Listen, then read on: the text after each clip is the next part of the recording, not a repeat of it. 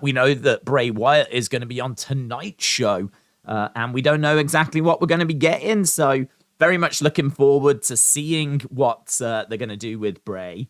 I feel like what we'll get tonight is probably something that will tease tomorrow. So if they're clever, they will do some sort of reveal or segment, like maybe Uncle Howdy is revealed tomorrow, and we find out tonight that we're going to find out that tomorrow, so that it gets more people to tune into Crown Jewel. So I don't think we're going to get anything massive tonight. I think it's going to be a little backstage segment where Bray basically says he's going to be at Saudi Arabia, and maybe Uncle Howdy is going to reveal that he will be there as well. And then it just kind of teases that we will find out who is Uncle Howdy tomorrow at Crown Jewel. So I'm expecting something along those lines. I'm certainly not expecting anything too in-depth. There could be a QR code, but we know with the QR codes these days, they tend to not be the most in-depth things. Like, there might be the odd little thing. There we go. Should be back. There we go. So, yeah, we do get a little bit of lag every now and again. Don't know why. But hopefully that'll hold. If there are any problems, we'll just switch it back over. So, yes, hello. I hope everyone is well. Today's SmackDown is taped. That is true. Today's SmackDown is taped. Not too worried about that, to be honest. I've managed to avoid spoilers. Plus, I don't think it's the most captivating of shows, but the main thing I'm tuning in for is the Bray Wyatt stuff, and that's all behind the scenes, and that's all backstage. And so the Bray Wyatt stuff is the stuff that I'm really tuning in for. That's the stuff that's really getting my attention. And obviously, we haven't seen that yet. It was teased that we were going to get some at Bray, because on Raw, the SmackDown advert actually advertised Bray and said, who is Uncle Howdy? And so, you know, very much advertising that Bray was. Feel like there is. I feel like one of the people in the vignettes looks like Vincent. I think the person in the owl mask looks like Bo. So I feel like we might have started to see some things, but I don't know that we've seen enough yet. Certainly not for him to be going after the Bloodline on his own. So that's why I'm leaning towards him not attacking Roman in the main event. I think the main event will be Roman retaining. I think Austin Theory will try and cash in. I think Jake Paul will knock Austin Theory out. I think it'll be a little similar to what we got at Clash at the Castle, whereby, you know, Austin Theory makes his way down only to cash in, only this time is thwarted, not by Tyson Fury, but by Jake Paul. And so Jake Paul prevents the cash in, but there's enough of a distraction. Maybe the Usos get involved. Some way Roman will retain over Logan. I'm sure it won't be clean. I'm sure it's going to be a much harder match than what Roman is anticipating, but I expect Roman to get the job done. Could be very interesting if Bray appears at the end, comes out and makes his presence felt, but I'm personally not leaning that way. I'm not expecting that. That would be quite the surprise if Bray went straight after Roman, went straight after seemingly the title.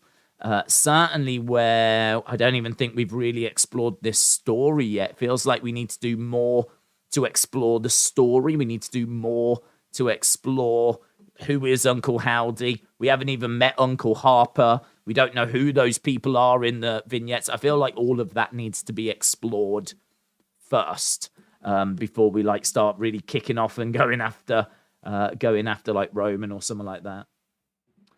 Thomas said, did you see the press conference? I did. I didn't watch it live. I just watched it. So I was actually asleep when the press conference was on. I did think like, oh, do I need to stay up for this? Because I expected Jake to make an appearance because it had already been reported that Jake was going to be there. So that was reported about a day ago. Obviously on the predictions that we did, I did theorize that Jake could be there. Everything seemed to add up as if he would be either him or KSI. And it's Jake. Jake's there. So, yeah, I kind of thought that Jake would make an appearance at that press conference. It was a bit bigger than I was expecting. I wasn't expecting them. I was probably just expecting the main event, but they actually did the women's matches They did Braun and Amos, and they did, the main event. No Drew and Carrier, no OC, no Judgment Day. Usos did come out, but it was right at the very end. I did make some notes. There were some really interesting things that happened at the press conference. Not a press conference that when I watched, I felt like I'd really missed anything. But there's a few little interesting moments. I've got to say, I think the most interesting moment is right at the end of the press conference when we get "We Want Sami" chants. So for those of you that don't know, Sami Zayn is of Syrian descent and apparently has not been invited to Crown Jewel and to any of the Saudi shows because I believe there is a conflict, a history between Saudi Arabia and Syria. And so Sami has not been invited. Sami said a while ago, like, he's never asked as to why he's not been invited, but he doesn't care anyway because it's not a place he wants to go to. So Sami is not there. They brought the Bloodline out at the end. Sami was very obviously missing. There was Usi chants, and the fans chanted, "We want Sami." And Roman had to turn around and say, "You don't deserve Sami," and Roman walked away. I just think that whole thing is really interesting. The politics there are really interesting because it feels like the royal family don't want Sami because of his Syrian descent. Sami doesn't want to go, but he's got himself so over. He's so over right now. He's so popular right now. There's Usi chants, and the fans are chanting, "We want Sami." Think about this. You had Roman, Logan, Jake Paul, Usos, Triple H, Paul Heyman, Solo Sikoa, all on the stage at the end of the press conference. What are the fans chanting? "We want Sami." I mean, it's amazing how over he is. It is so amazing how over Sami Zayn is. He is so over. Usi chants, "We want Sami." Warmed the heart, let me tell you. And the first thing I wrote down about the press conference, fans are great. I mean, I think that that's something that can really get forgotten. And it's really important that we don't forget because I think there's a lot of talk about how WWE shouldn't go to Saudi Arabia and all of that kind of stuff. But like the one thing that's always shone through since this partnership's begun is just how great the fans are. The fans absolutely deserve WWE to be there. Like, say what you want about the government, their human rights records and all of that kind of stuff. Can't take away how passionate these fans are. They love the WWE product and they are so excited. Loads of chants. There was Asuka chants, there was Bayley chants, Logan chants, Roman chants, "We want Sami" chants, Usi chants. This is a passionate fan base that obviously don't get a chance to watch WWE live if they don't do these shows. So that's something that I think can get forgotten about, to be honest, is like when we're talking about, oh, should they go there? The imminent threats and all this kind of stuff. Like the fact that the fans are so passionate. It's not like they're just going and performing to businessmen that are sat on their hands that, you know, just want to do it all for show. There are real passionate fans that are there, and they were great. They were front and center. We've seen some of these Saudi shows where the front rows are those kind of businessmen, and they're on these beautiful chairs, and they're on their phones. They're literally on their phones whilst the matches are happening. We've seen that on previous shows where they're just like looking at their phones and everything as the matches are going on. They're not really there for the wrestling. They're there for show. It's to go on Instagram. It's all like, oh, where was you the weekend? Oh, we went down to the wrestling. We had ringside seats, and it's all for that rather than actually being a fan of what's happening in the ring.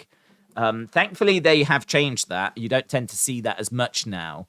But certainly if you go back to some of the earlier shows, then you will see, sadly, examples of that. But there are real passionate fans there. And I thought they were the stars of the show, to be honest, with a lot of the fans. They really did bring the noise, bring the chants, bring the excitement. So, yeah, I hope they have a great time. Sam, shout out to you. Hope you are well. You're welcome. So Thomas, yes, I did catch up with it. I thought it was all right. Not really much to write home about. I thought it was done fairly well. It's one of those where if you want that additional content, which I must admit I do, I like those additional things. Like, for example, I don't know if you saw, but the WrestleMania launch party for when they started selling the tickets a few months ago for WrestleMania next year. They did like a 2-hour show with matches and everything that's on YouTube. We actually did a video breaking it down where we looked at, like, they had JoJo Siwa be on Miz TV, and they had, I think, Street Profits take on, can't remember who now, Usos maybe? It could have been Los Lotharios, thinking about it. But yeah, there was some matches that happened, and it was like a fun little extra thing. I love all that stuff. I love all that. So yeah, I'm down for more of these press conferences. But I think if you wanted to see some, say, significant, I don't think there was really anything significant here, unless you hadn't heard the news about Jake Paul. Mitchell, shout out to you, says, I sent you a DM on a theory of how Roman could lose one. I would love to hear your thoughts on it. Okay, let me have a look. Go to Twitter, please. Jeez, mate. It's long. I came up with a good theory. What if they use theory? They could even get the Money in the Bank off theory like they did with Otis. Money in the Bank contract. Whoever cashes in celebrates like they've won both. Both builds, and Heyman or Triple H come out with lawyers, point to the Money in the Bank contract and the words in, and show the contract says a WWE title match or a Universal title match. Does not state the contract is for the Undisputed title match. Roman gets one of the belts back technicality. It would be awesome if Cody was in Money in the Bank title holder. Okay, I see what you're saying. Bit split on it. So I get what you're saying. So the person cashes in. They think they win both belts. They only end up winning one because the contract says you can only go for one. And so that way Roman gets to keep one. My only problem with that is that I suppose I'm just trying to think, when they cash in, do they actually say what they're cashing in for? It depends if they're cashing in mid-match.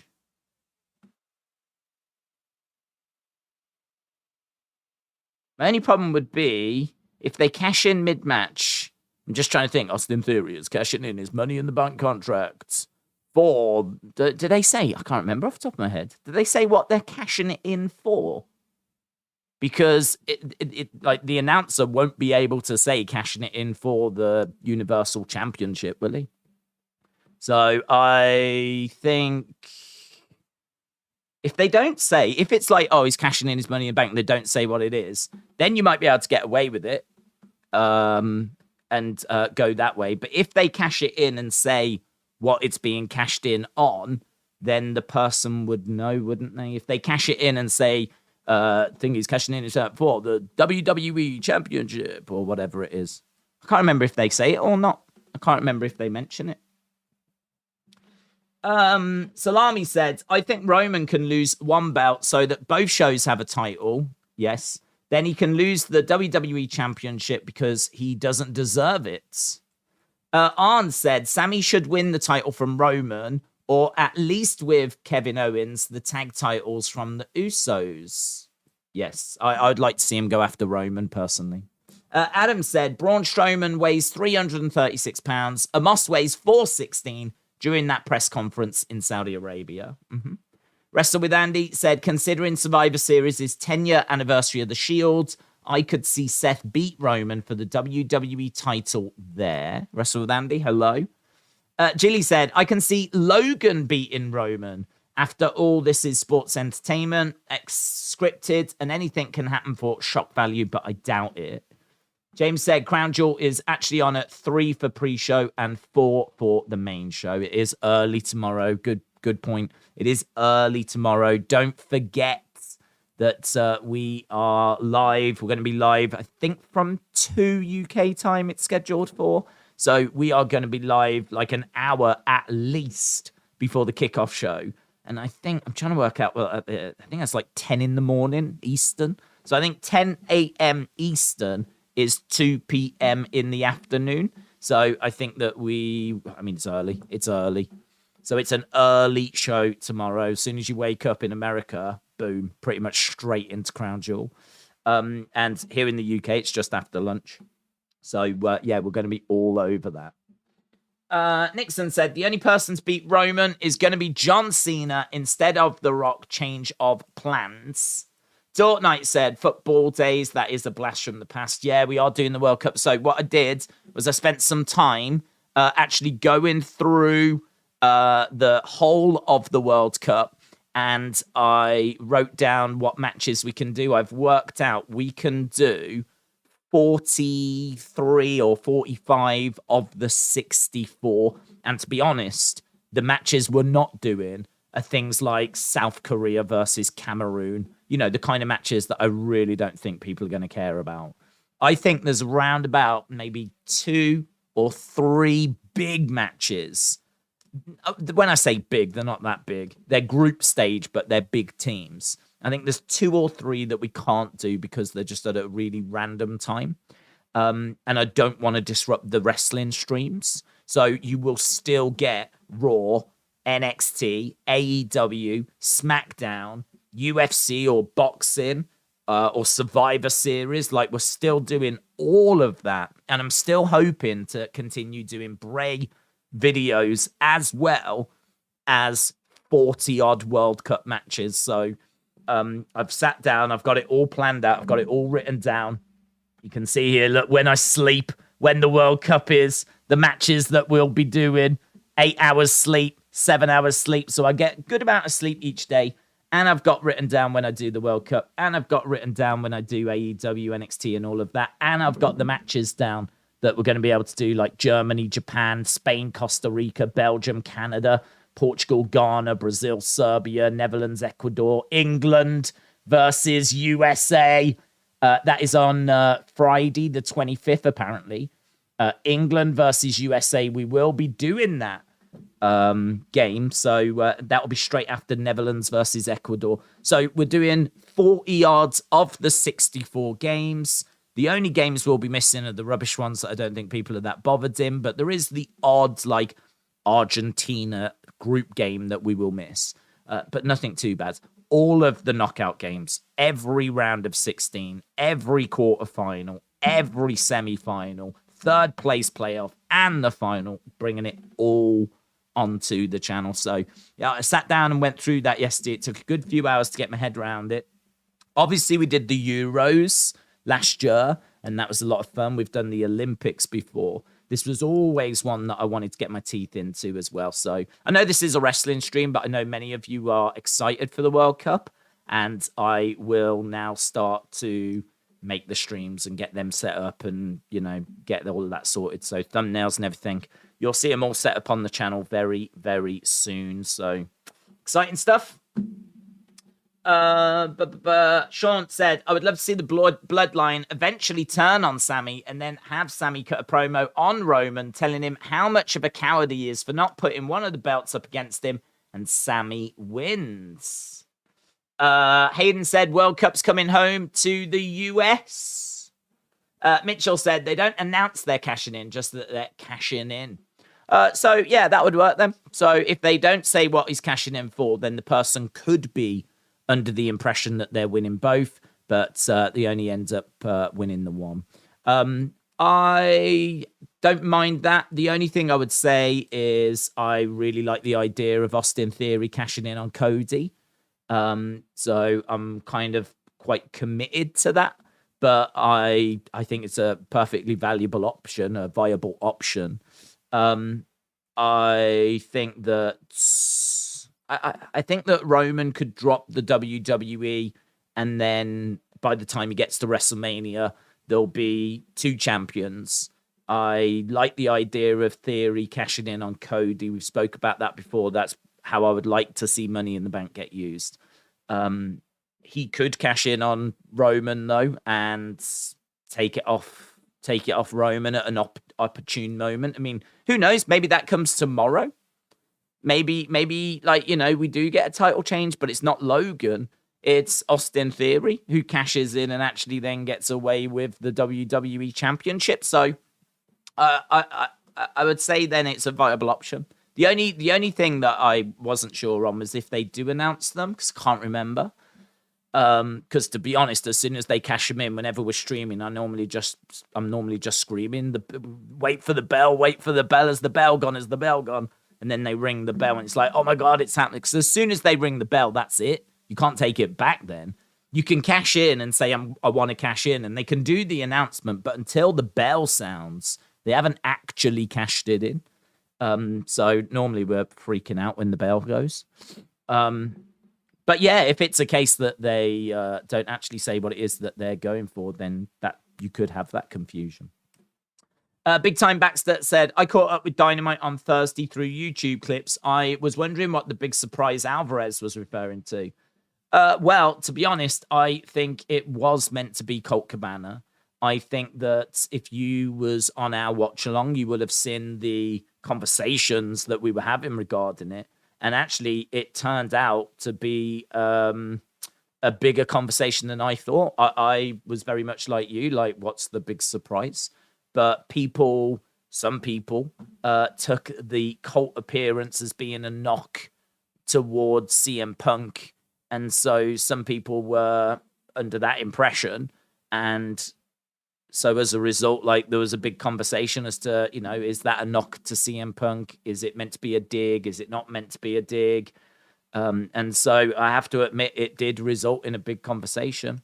It did do what Brian Alvarez said, which was, there'll be a big conversation on Twitter following Dynamite. And I actually didn't see if there was a big conversation, but I'm just going off the conversation we had during our AEW stream, and it was a big conversation. So I have to say it did go that way. I can't say it didn't. So, I think people split as to whether it was a knock of CM Punk or not. So I think it was that.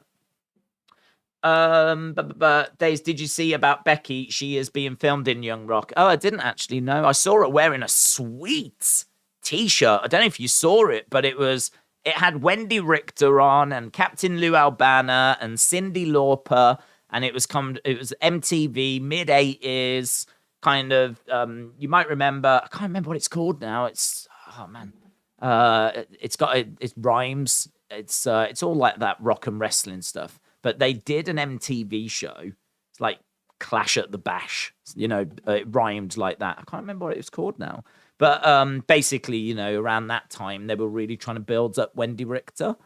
It's kind of funny in a way that they had Wendy Richter, who was meant to be, they were hoping was going to be as big as Hulk Hogan. They had Hogan, and they thought, oh my God, we could have someone as big as Hogan and have a female. And she was in the cartoon.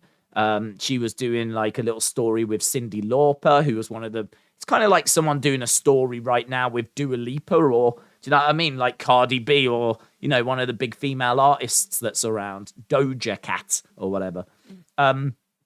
So like she was massive at the time, Cyndi Lauper. And so they were really invested in Wendy Richter, trying to make her a massive star. And obviously, there was a lot of drama and it didn't pan out, but, I saw Becky wearing this sick shirt. It was so cool. Proper old school, retro, animated. Had the three of them on. Looked really, really cool. I was jealous. I wanted it. Dua Lipa, one kiss, better than Liverpool, said Fortnite. Finbar said, why does Sami avoid Saudi shows but work USA? USA bombed Syria plenty. I mean, I don't know the politics of it, to be honest. I mean, the comment that I've read is him saying that he wasn't invited and he's never questioned why he wasn't invited because he doesn't want to go anyway. So that's as far as I've seen Sami comment on the situation. I mean, look, if he's going to continue to be, a big focal point, I wonder if he will get invited. I would wonder if he would go, to be honest. He might turn them down.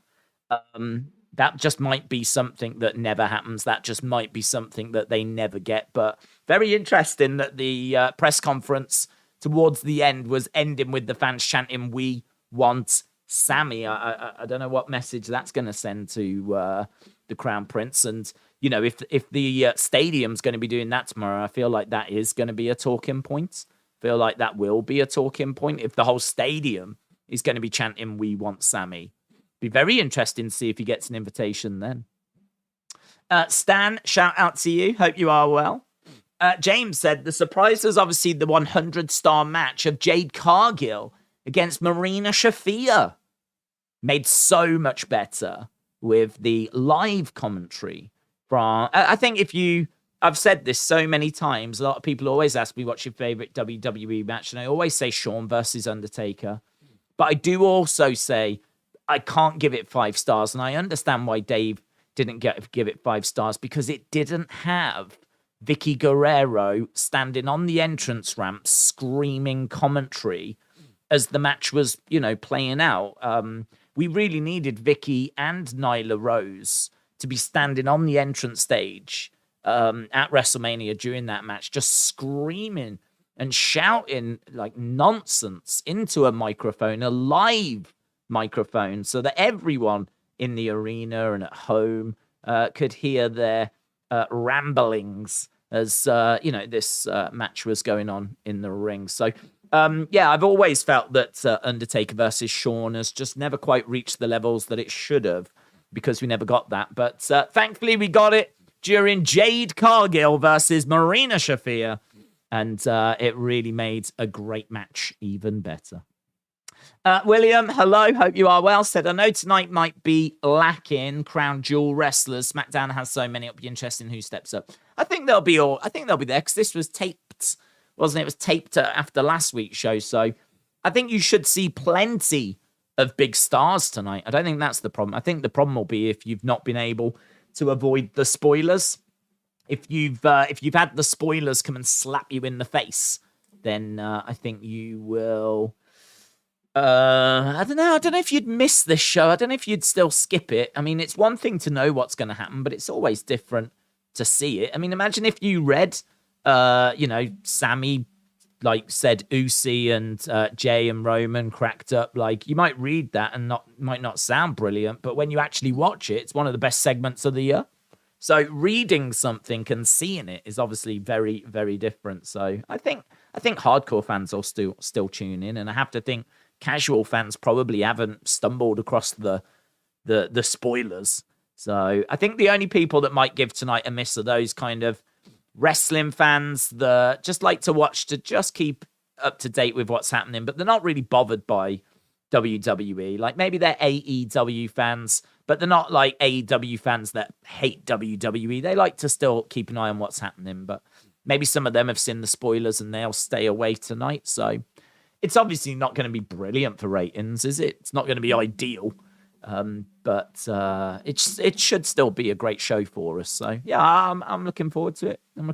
Got an Intercontinental title match tonight. Rey Mysterio taking on Gunther. We are going to get a Bray Wyatt segment, so looking forward to that. We've got Liv Morgan taking on Sonya Deville, and obviously we need to see Liv continuing to change. So we need to see how Liv is being presented. And we've got LA Knight taking on Ricochet as well. So a few things to keep an eye on. Mitchell said, AEW has one major story with MJF and he wasn't even on the show. I like the Acclaim segment, but I thought it was a miserable episode of Dynamite. Yeah, it felt a bit flat. I mean, we were saying it was all right. You know, there was some stuff on it. But yeah, it felt a little bit flat. I've definitely seen way better this year, let alone ever. But this year I've seen way better, so I agree. Are you going to watch Shabbat versus Orange? I'm not. No, I mean, I don't watch Rampage, and I honestly can't see that changing. Only because, not because I hate AEW or I hate Rampage or anything like this, but we used to watch it. And it was just rubbish. I mean, it just wasn't very good. And what we do now is we talk about SmackDown instead, which actually people seem to enjoy a lot more. We do the review. We'll be doing the review afterwards. We will obviously be doing a video on whatever happens with Bray, and people seem to interact with that like 10 times more than they were really bothered about Rampage. So you kind of just got to go with what the people want.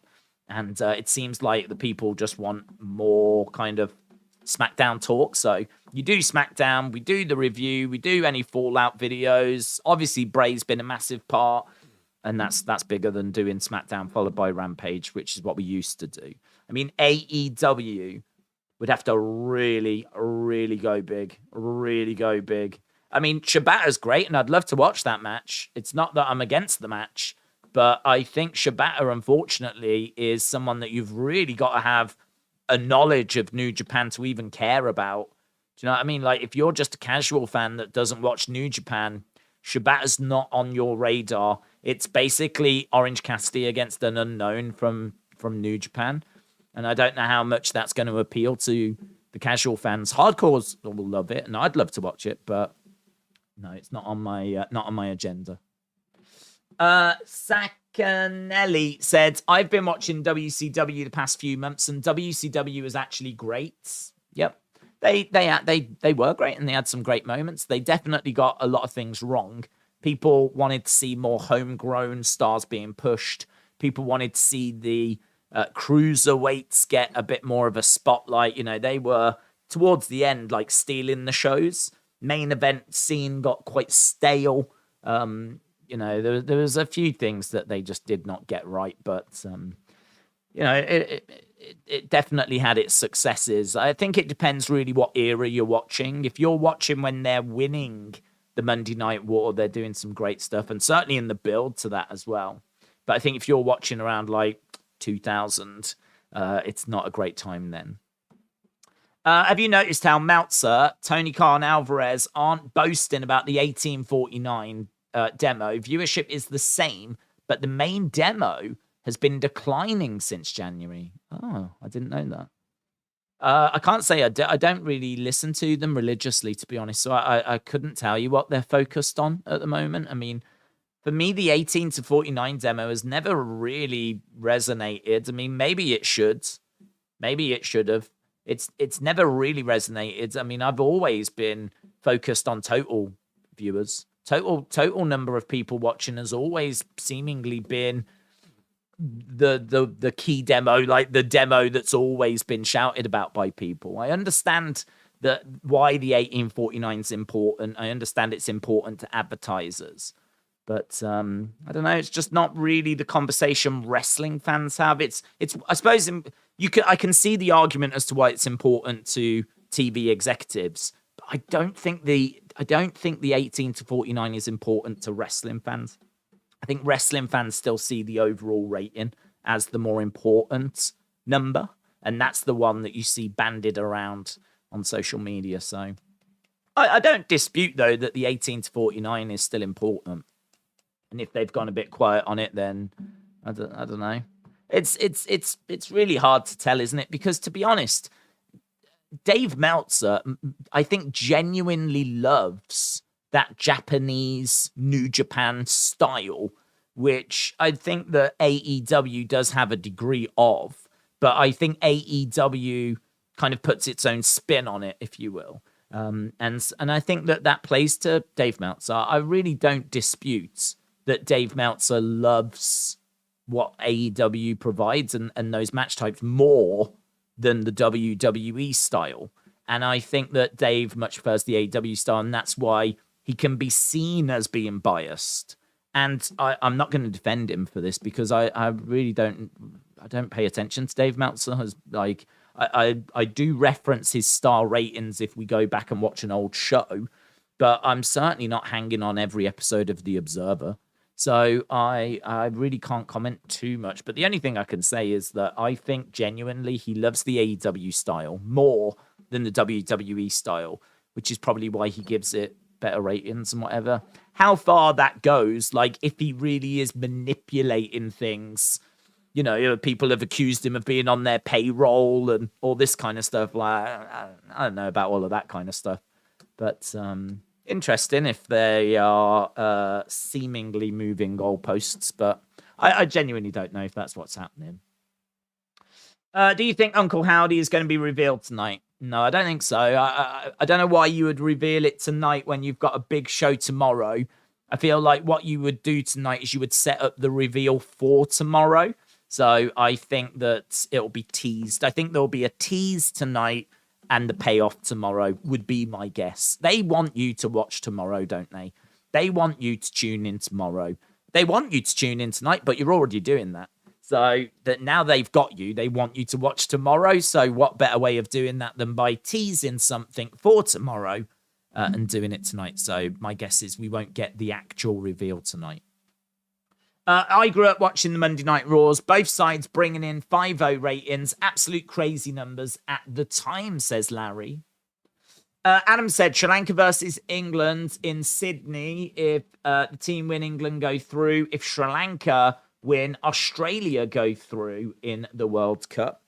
Yeah, I didn't see who won between, was it Afghanistan and, no, was it Afghanistan or Ireland? Someone played Australia earlier. I didn't see how that resulted. So that's interesting. Good luck to England then. Hopefully they can get through after they had a wobble during that tournament. Days, if I think we should do a shout out to Carmella. She had some sad news. No, I've heard about it. I think most people have probably heard. So, yeah, we touched on it the other day. It's very sad. Having a great day. So excited for the watch long. Jackson, shout out to you, bud. Hope you are well. We're just over 20 minutes away. Anthony said, I think Jey Uso will make a mistake and almost cost Roman the match, but he will still win. Deal with him the following week on SmackDown, setting up the Bloodline breakup. Don't know that they're going to break up the Bloodline this close to Survivor Series. I think they, at the very least, will get Survivor Series out of the way so that we can move forwards into the 2023 and move forwards towards The Rock. Don't know when The Rock will make his presence felt, but I'm still feeling pretty good about Rock versus Roman. But yeah, I think you need the Bloodline for Survivor Series. They've surely got to be involved in one of those war game matches. I mean, like, they're the most over faction. You've got to have the Bloodline in one of those war games matches, surely. Would the Saudi crown pop for Mohammed Hassan? It depends how he's being booked, wouldn't it, really? Depends what the booking's like. Obviously, if he's a face, then I would imagine yes. If he's a heel, then I would imagine no. I would imagine that they would react accordingly. Easy99 said Sami Zayn cannot be in Saudi due to political issues. Sami has Syrian descent. Both countries have political issues and beef. How would you book Bray tomorrow, said Keaton. Well, as I said, you tease something tonight and then tomorrow you pay it off. So tomorrow's a big show. As we said, it's going to be on in the middle of the day here in the UK. It's on very early in America. And I think that in order to get you to tune in, they're going to need something that's going to get you to tune in. I think the card's pretty good anyway, but I think they know that Bray Wyatt definitely brings eyes to the product. So they're going to want to make sure that they tease something tonight so that you'll tune in tomorrow to get the reveal, which is why I think that they'll tease Uncle Howdy reveal tonight, and then you find out who it is potentially tomorrow. You know what they're like. They could keep on teasing and, get you to tune into next week's SmackDown and so on, so on, so on. But I could see it going that way. Something along those lines. Where are you watching? I've got it on BT Sport. I'm in the UK. So in America tonight, I think it's back on Fox, isn't it? I don't think it's on FS1 tonight. I think we're back on Fox because of the baseball and everything. That it moved it last week, but I don't think it affects it tonight. So if you are in America, then it should be a case that it's back to normal. White Lotus said, I remember going to see Bruno Sammartino defend against Spiros Arion in Madison Square Garden. That's very cool. Are you streaming Rodriguez versus Lemos? At the moment, no. The main reason being because we absolutely won't be able to make the prelims. I think that Crown Jewel starts... Let me have a look. I've got a feeling Crown Jewel starts 4 o'clock UK time. So Crown Jewel starts 4 o'clock UK time. I did look to see when the prelims started, and they're really close. I mean, let me have a look. So 8 o'clock. So if Crown Jewel starts at 4, I don't think it's unfair to say it's probably going to go 3 hours, right? It's a rough ballpark, isn't it, as to how long these shows take? About 3 hours. So that means it'll finish at 7. Now, the prelims start at 8. So if we immediately, got ready to jump over, then we could potentially do that. But I don't think that we're going to be able to do that because I think we're going to need to do the review. I need to get the review put out. There's surely going to be a Bray video that's going to be needed. So I think we'll end up doing a Bray video as well. So there's quite a few things that I think we're going to have to do after, which means there's no way with an hour, there's no way we'll get that done in an hour. So there's no way that I'll be able to do Crown Jewel and the videos after and get to this in time. So my only other option is to not do that and just focus on the main cards, which is not what we do, to be honest. We tend to, if we're going to do UFC, we do it all. So I am a bit torn, to be honest. It really depends on what happens, how long it takes for me to do videos on it, what time the show finishes, blah, blah, blah, blah, blah, blah, blah. So, yeah, we not at the moment, but if I can get to it, I will try and get to it. Here in America, New Jersey Clash at the Castle is at 12. Toby, shout out to you. I hope you are well. Undercover Manager said, have you seen pictures of Uncle Howdy and the earring and Bo Dallas's earring both match? What are your thoughts? Yeah, so I've seen it and I've done a video on it. It was on the second channel. My thoughts are in that video. Bottom line is I think it's interesting. I think it's definitely something that's worth looking at and pointing out. And I think it's nothing beyond that. So for me, the earring, I do not look at that and think of Bo Dallas. Bo Dallas is not really known for that earring. There is the one same picture that I keep seeing of him wearing it. Someone has found an image of him wearing it. I would have to go back and see if at a certain point in his career, if he wore it on a regular basis. But I can tell you that I've gone back in Google Pictures and I can't find any other images of him wearing that earring. So there's one picture of Bo that I can find that everyone's sharing of him wearing that an earring that's a cross, right? And Uncle Howdy has got a cross. So part of me wonders how much of a connection is even there. But let's say it is a connection, right? Let's put that to one side and say that Bo did wear the earring quite a bit when he was in the B team or something, right? I mean, excuse me for not paying too much attention to Bo when he was in the B team, but even so, put it to one side and say he did wear the earring all the time when he was in the B team, okay? Even then, I would say that it's potentially just a reference. Because you could say that the teardrop that's on the mask, that could be a reference to Liv, who actually lives on a farm with Bo, and I've been told they're in a relationship. So the Howdy mask has actually got a tear that's coming down it. So that could be a reference to Liv. It looks like Barry Windham. And so, you could say that that's a reference to Barry Windham. The earring, if it is a thing to do with Bo, it could be a reference to Bo. So this idea or this theory that it must be Bo behind the mask because he's wearing the earring is, ludicrous to me. I cannot make that connection at all. That is such a jump. That is such a leap. It is such a reach. Like, it's interesting and it could be noteworthy and it could be a nice little Easter egg, little nods, but it ain't nothing more than that. I mean, we are really we are reaching if we're saying, if there's anyone out there saying, no, it's 100% Bo, just because of that earring, I think you've lost your mind. Like, it could turn out to be Bo behind the mask, and it could be a nice little reference, but it ain't nothing more than that, is it? Come on. It's nothing more than that. So I did a video on it and put that in that video. I still lean towards it being Bray, but as I said, that's not a hill that I'm willing to die on, because it could turn out to be Bo. We know that Bo is coming back. So we are waiting for Bo, but we do keep seeing that person in the owl mask.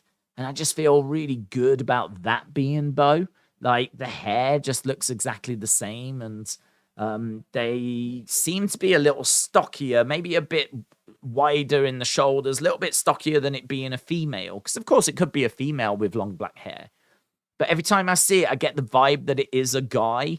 And a guy with long black hair just absolutely makes me think of Bo. So I feel like the person we keep seeing in the owl mask, I feel pretty good that that's going to be Bo. And if that's Bo, is Uncle Howdy going to be Bo as well? Because I don't think so. I don't think so. I am expecting Uncle Howdy to be revealed as Bray. And then I think the person behind the owl mask will be Bo. And then we might be getting glimpses of Vincent during those vignettes as well. So there's quite a bit that's going on in those segments, which is why it's so exciting tonight, so that we can see if there's any more clues, maybe push things forward a little bit more. But I think largely it'll just be a tease for tomorrow. But as we said earlier, we could still get like a QR codes and everything. And again, just so that we're crystal clear, if people do think that Uncle Howdy is Bo, I have no arguments with that. I'd certainly, that's fine. I mean, it absolutely could be. I think the only thing I'm saying is that if you only think that because of the earring, then I don't get it. I don't understand. Like, there's people that have said, like, about the facial hair, the teeth, the shoulders, the earring being a point, of interest. But putting it all together and saying they think it's Bo because of that, like, I can go with that. I still think it's Bray, but I can see with all of those things as to why people would think it's Bo. But it feels like it's those two. Those are really the only two names that I'm seeing. A few people saying Malachi Black, but of course we got a Malachi Black vignette on AEW, so it looks like Malachi Black's staying there. Rachel, shout out to you, says keep Jake Paul out of Crown Jewel. I think it was, I felt pretty good about it happening because Logan's in the main event. He's going up against Roman. We said the other day, the only way this can be bigger is if you do it at WrestleMania. And so Jake being there seems to make a lot of sense. The Bloodline are going to get involved. Usos are there. Solo's there. It's not like they've never got involved before. So we know they're going to get involved if you give them a chance. And yeah, I mean, it's a no-brainer. It's a no-brainer that's the way it was going to go. I just didn't know if it would be Jake or if it would be KSI or if it would be the two guys he has on his podcast. That podcast's a big deal. And I know that he's got a couple of co-hosts. So I felt pretty good that he'd have someone, but I didn't know if it'd be, any of those. Turns out it's Jake. So Jake is going to make sure that no one's going to mess around with his brother. I don't know how Jake's going to deal with Usos and Solo, but to be honest, WWE has got a horrific track record of making wrestlers look like absolute goons against celebrities. So would we be that surprised if one Jake Paul was able to knock out 3 professional wrestlers? Would that surprise us? No, is the answer. So get prepared for Austin Theory, Jey Uso, Jimmy Uso, Solo Sikoa, Paul Heyman, all getting knocked out by Jake Paul. Get prepared for those pictures to do the rounds on social media.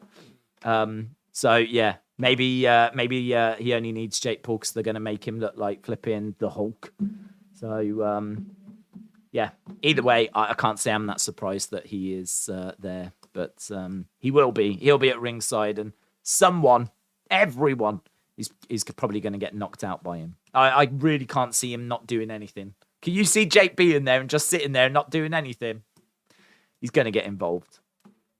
Jake Campbell said there's a picture near the Saudi stadium of the new Bray Wyatt logo in the sky using drones. It's pretty cool, and it might be used tomorrow. That is cool, and I think there's every chance it will be used tomorrow. I don't know if it's... There it is. It does look cool. Hang on.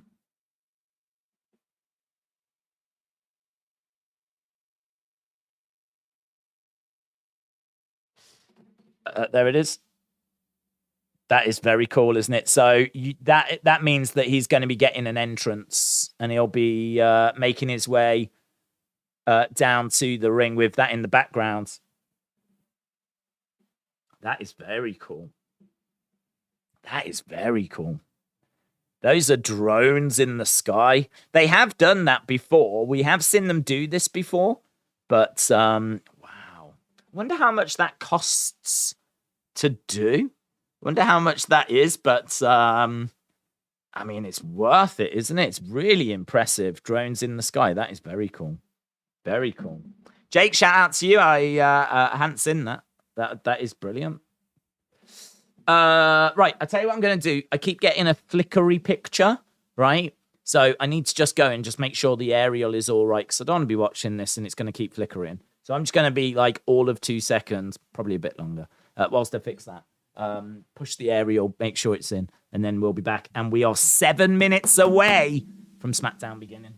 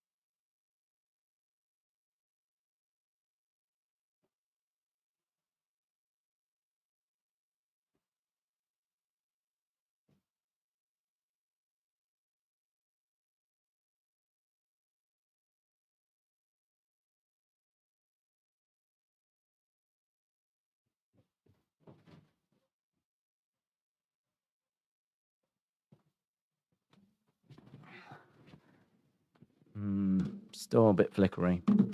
Right. I am just a massive fan. Hayden, shout out to you. If you get agitated to get Days acknowledge you, join a conversation in the chat. We tried to get to as many people as we can. How long have we got? 5 minutes? 5 minutes. Jono said, I wish Uncle Howdy was an old school guy, like Jake the Snake, the Boogeyman, some real old heel. Gordon said, who do you see winning the match? Aries and Karu. Who's Karu? Taking on Brawling Brutes versus Usos. Gonna go with the Usos. They're the ones. You're the twos. They're the ones. Hawkins said, any idea how R-Truth is doing? Do you know, I've not seen any update on that. It's a really interesting point. Really interesting. R-Truth. Here we go. So about 12 hours ago, so this was midday today, R-Truth might be out of the ring for a while. On the November 1st, NXT Truth appeared on the developmental brand. Medical staff helps Truth to the back. After initial speculation, Dave Meltzer is now reporting that the injury could be significant. It wasn't confirmed at press time, but the belief is that he's tore his quad, which could be a very serious injury that could keep him out for a long time. Torn quad injuries involve a recovery time of at least 4 months, with most healing completely after 6 months. This would keep Truth out of action until the beginning of 2023 at the earliest. Truth is 51 years old. In the weeks leading up to Truth's injury, he had returned to make frequent appearances, blah, blah, blah, blah. So there we go. About 12 hours ago. Looks like the reports are not great at all. Damn it, John Cena. I'm the biggest two of them all. Vince tore both, and it was hilarious. Yeah, that's true. The Rumble. Are you excited for Deji against Mayweather? I mean, I'm excited to be doing it, but I think that it's a mismatch, of course. I expect Mayweather to dominate, look amazing. I don't know. I'm not going into it much expectation. I suppose I'm going into it to see if Deji can do anything against Mayweather that might just look all right. But my expectations are very low. But I'm excited to do it because you're talking about two massive stars going up against each other. I suppose in a way it's the boxing equivalent of Roman against Logan, isn't it? You know. So yeah, the only downside, or the only difference, is that WWE can control what happens with Roman Logan, and if they want to put the belt on Logan, they can do it. So I'm definitely more concerned about Roman Logan. When it comes to Deji and Mayweather, I mean, it's just an exhibition. It's not going to affect any records, and you know, it's going to come down to skill. Who's the better boxer? Which, spoiler alert, it is Mayweather. So I am looking forward to it, but I haven't got the highest expectations. I feel like Uncle Howdy is someone else and not Bray. When we first saw Uncle Howdy, the moustache was going down and not to the side, and it looked more real. And to me, the promo looked like a mask. That is true. When I first saw Uncle Howdy, I didn't think it was Bray. When we saw it side on, I didn't think it was Bray. I don't know what they're doing, and I don't know like how this plays out. I don't know if it was just a different angle or what it was, but the first time we saw him when he went Howdy, I did not think that was Bray. But the one we saw the other day, full face, I thought that was Bray. So I don't know if we've got a few different people playing Uncle Howdy. I don't know if it was just a different angle. I don't know. I can only judge what I see at the time, and what I saw the other day very much came across as being Bray to me. Felt very good about that being Bray. But as I said, you know, there's people that say it's Bo, and I'm not willing to die on the Bray hill. So if it turns out to be Bo, I'll quite happily put my hands up and say that's not what I expected. That's not who I thought it was, but fair play. I'm mad. I live in St. Louis, and SmackDown was in St. Louis. I would have got to see SmackDown, said Jackson. Uncle Howdy is Eric Rowan. Definitely Bray or Bo, said me name's Bryn Weevil. Days, what's your take on the Iran threat to Crown Jewel? Well, I don't like it. I put a tweet out saying I don't think they should go. I think going to a country where there is an imminent threat is ludicrous. The only thing is, what I've heard since is that apparently the imminent threat might be to a certain area, and that certain area is not basically where they're going. So it might be that they are going to be all right.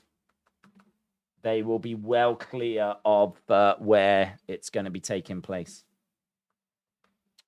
Right, SmackDown has begun. SmackDown has begun.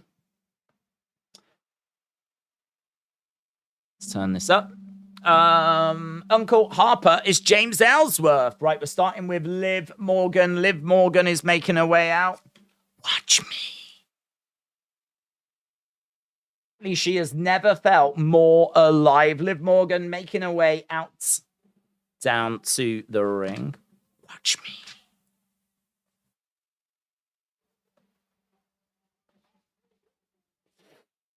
She's still hugging fans and everything. So if she has changed, it's she's still got like a smile on her face. Her ring gear looks to be like it's black, but I mean it's not too dissimilar to what we've seen from Liv Morgan before. She's waving and smiling. Kind of a weak start, to be honest, said Big Time Baxter. Right, main event tonight looks like it's going to be Gunther and Rey. Hope you read this. The mask Bray appeared is the same one as Uncle Howdy. The mask Bray appeared is the same one as Uncle Howdy. But I don't know what you mean. I don't know what you mean by that.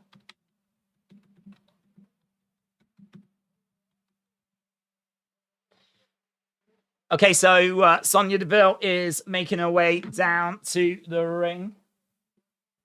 Watch me. Sonya looking very serious. Tio said, I am Uncle Howdy. Look at my username. Hello, Tio. Chris said, do you think we will see Logan and Jake tonight on SmackDown? I don't think so. I don't even think Logan's advertised for tonight. I mean, they could do a little backstage thing, I suppose. But I'm not expecting Logan tonight. Again, I've avoided spoilers, so I really don't know if he appears or not. But I don't think he was advertised. Right, we are underway with Sonya versus Liv. So Liv looks, I think, fairly normal. Sonya goes under the ring and grabs a kendo stick. Liv has gone to the other side of the ring. She does a Thez press. Jumps on top of Sonya. She grabs the kendo. Races over. Goes for a strike to the midsection.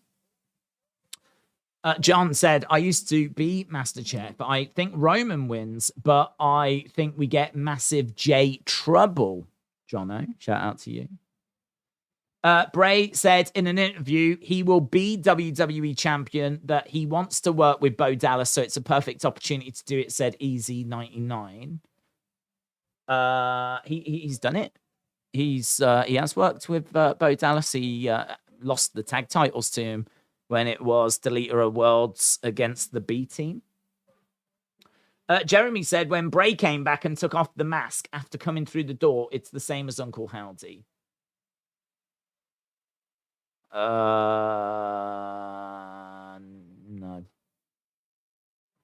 I don't know. Isn't the one that when he took it out when he came back at Extreme Rules, isn't that the same as the person that keeps interrupting him?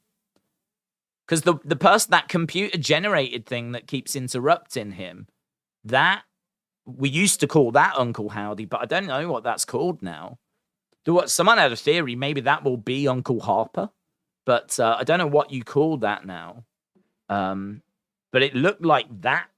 I can't say that it looked like Uncle Howdy. Uncle Howdy actually held that mask, actually had that mask in front of his mask. He had a double mask.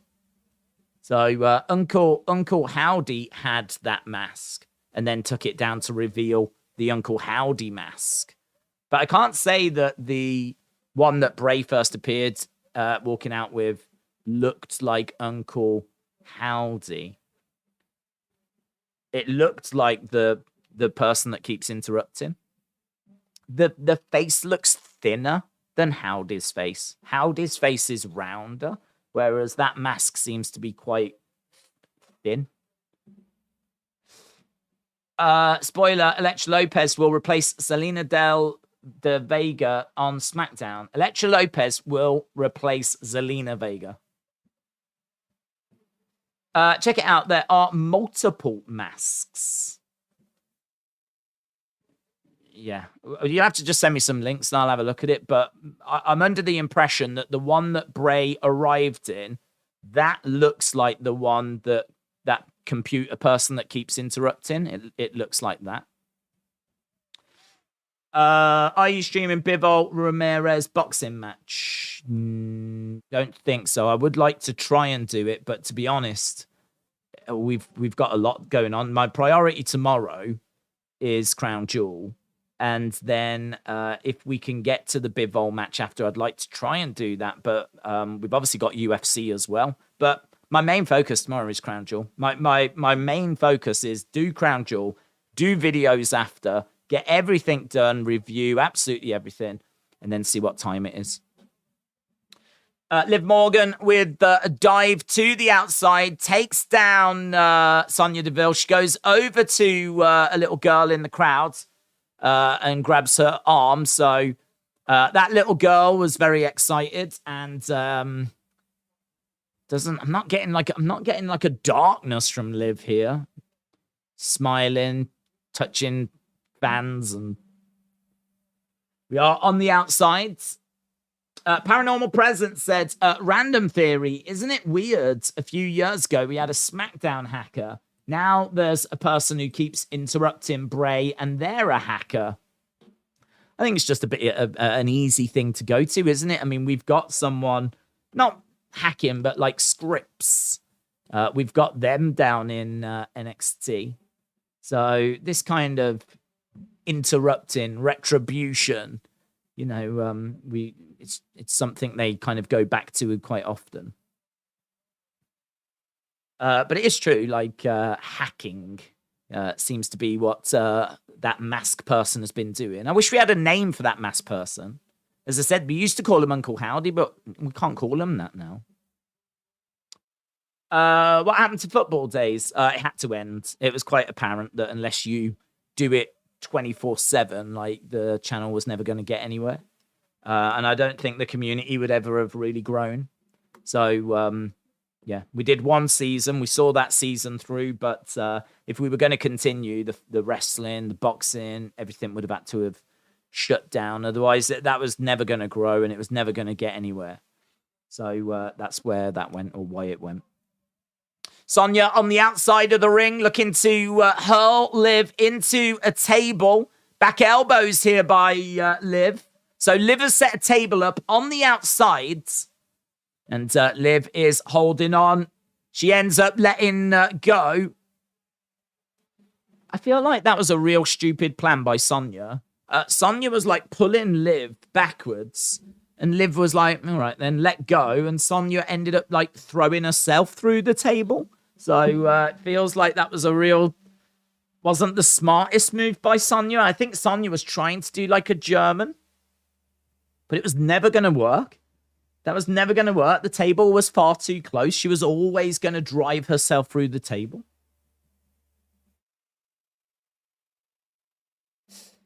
How do you get to SmackDown? How do you get to SmackDown? I don't know what you mean. I mean, it's on, I think it's on Fox again. SmackDown is pre-taped. David said, Liv is laughing all the time. She's having a lovely time, isn't she, Liv? She's certainly enjoying being a bit more extreme. I'll definitely give her that. I'm getting early Ronda vibes in this current Liv, said Christian. Hawkins said SmackDown is a 2 out of 10 after the first segment. Erasure Mind said she's crazy just like me. Return of the Jedi, Rusty Spooner said look for Wyatt clues around Liv.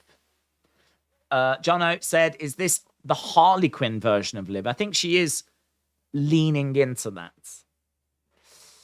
SmackDown is not on Fox, says Tyler. I believe it is. I'm sure it came back onto Fox this week. It was FS1 last week, but I'm sure it's back onto Fox this week. BT Sport if you're in the UK, and I have no idea if you're elsewhere. But if that's wrong, feel free to let me know. I want Liv to go to a dark side, said David. Jeremy said, I saw the Uncle Howdy mask. I totally missed it. That's all right. Matthew said, I guess Jake Paul beat up his brother tomorrow night with Roman Reigns. I guess Jake Paul beats up his brother tomorrow night. I don't think he will. The eye of the ostrich is bigger than the brain, said Kojiko. Big Time Baxter said WWE had a conference call and said Nick Khan said they're hopeful and optimistic that NBC and Fox will pay an extra $1 billion when TV rights expire. Is he insane? I think he is in constant communication with them. I think that he'll have a gauge as to what their expectations are and if WWE are exceeding those expectations. I have no idea when we ring the alarms, like if the ratings are going to keep declining. I mean, last week was probably just a blip where we saw the second lowest hour in Raw history. But it has been trending that way for a long time, apart from the bit where Vince left and there was a lovely little bump, but now we've seemingly gone right back to, where we were. So, it's been trending that way for a long time. But he's going to be in constant communication with them. He's going to know how they feel, what their expectations are. If he is working on that, and I would imagine he is, then maybe he's not insane. I mean, look, if he's not had any conversations with them and he just thinks he's going to get an extra billion, then maybe he is insane. But I have to think he's not. And I have to think he's in communication. I have to think there's been talks, and I have to think he's got an idea as to where it's trending. So, don't know. If someone like Nick Khan in his position is saying that, I think investors can feel pretty good. Kick out by Liv.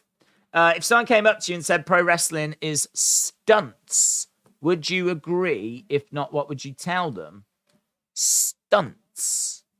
They're just stunts. I don't know that I would agree with that.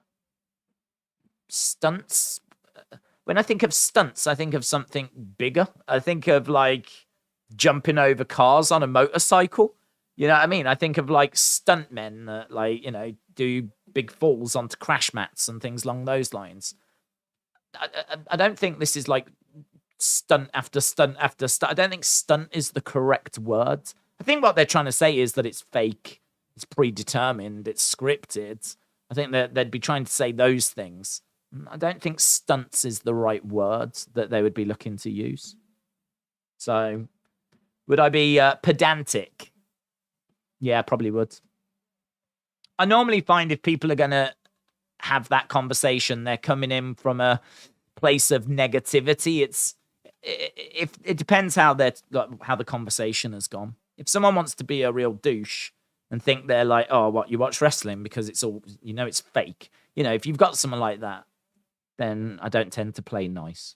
But if you've got someone like, I could never really get into wrestling because, I know it's all predetermined. I know it's fake.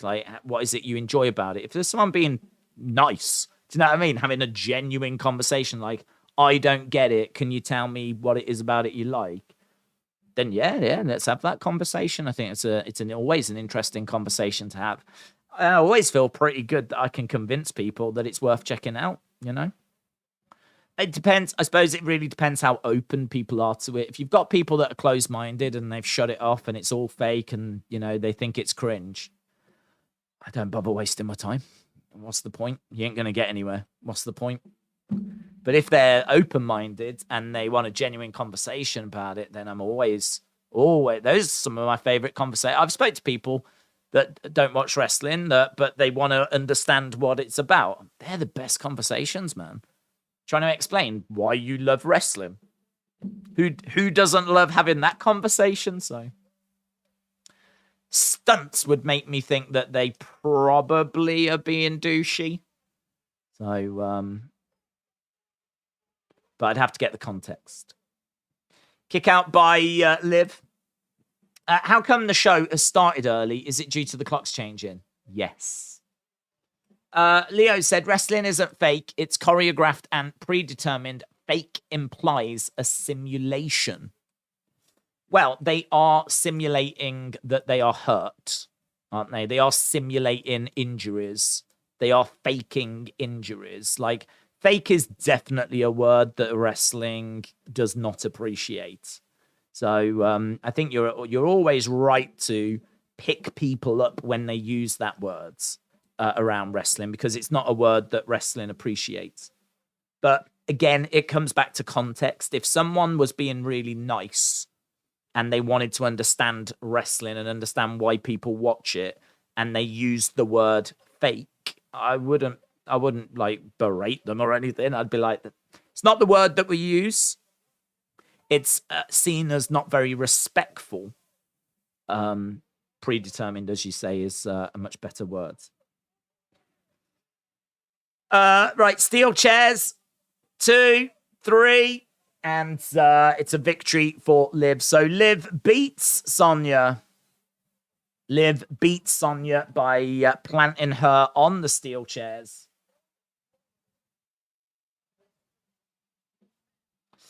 Wrestling is real, just as real as the Jerry Springer show, said Dark Angel. So, double knees by Liv. Flatliner. Dub for Liv is a dub for us, said Nidula. Oblivion. They call it Oblivion now. Oblivion onto the chairs. She oblivioned. Wrestling plus storytelling equals gold, said Harith. Stone said, my answer is there's nothing fake about real injuries that the men and the women get. Do you think you want to do wrestling physically by taking a bump in the ring? Do you think you want to do wrestling physically by taking the bump in the ring? Don't know what you mean. Don't know what you mean. Is that what you would say to people if you think it's fake, try doing a bump in the ring? I must admit, I always find that a little bit protective of wrestling. To me, it really comes down to the context of the person that's saying it. Because, again, if the person says, if they're being nice and they want to have a conversation and they use the word fake, then yes, you're right to go, look, that's not the word we use. It's seen as disrespectful, right? I actually don't think it's incorrect, but I think it is seen as disrespectful. And so we basically don't use that word. Because I think when they're saying it, if they're being nice, I think they're trying to explain what they mean.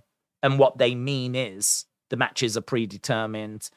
They sell injuries when they're not really injured. So those, the fact that they're, seemingly having a contest that's not really a contest, they're faking that they're competing against each other when they're actually working together. So I understand where they come from when they say it, but again, if it's someone being a douche, I will treat it very different to if it's someone being genuine. Here's Emma, anyway.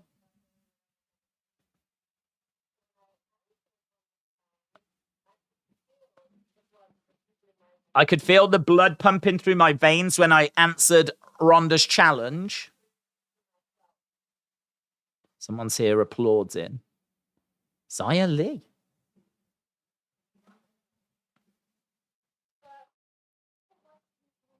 I watched you lose. Only thing you proved is that you were weak.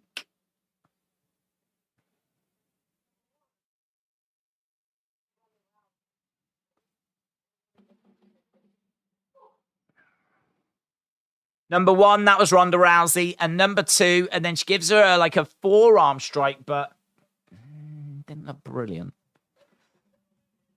Okay. Right, we've got Rey Mysterio and we've got Gunther both backstage. Mysterio, Gunther. I think that's our main event tonight. Tomorrow, Riyadh, Saudi Arabia. Brock Lesnar. Is Zaya still a baddie? I think so. She was just laughing at Emma for losing. It's not very nice, is it? Are you streaming Chelsea, Arsenal, Spurs, Liverpool? No. We don't do Premier League anymore. Gunther should destroy Rey, said Lone Star Friends. Liz Jericho said she is tiny. Wrestling is like going to the theatre to watch a dramatized show. Exactly the same. Do you agree? Yeah. I think I can't see any real difference there. The only thing is that obviously most plays don't tend to have the physicality. And it is true that not everything about wrestling is fake, of course. I mean, when people are taking bumps are very real. And the chops and everything are very real. So It's certainly like a play, but it would need to be a play that's got some real physicality about it, where the performers are, taking chops and taking bumps, and things along those lines. But yeah, it's obviously comparable, definitely.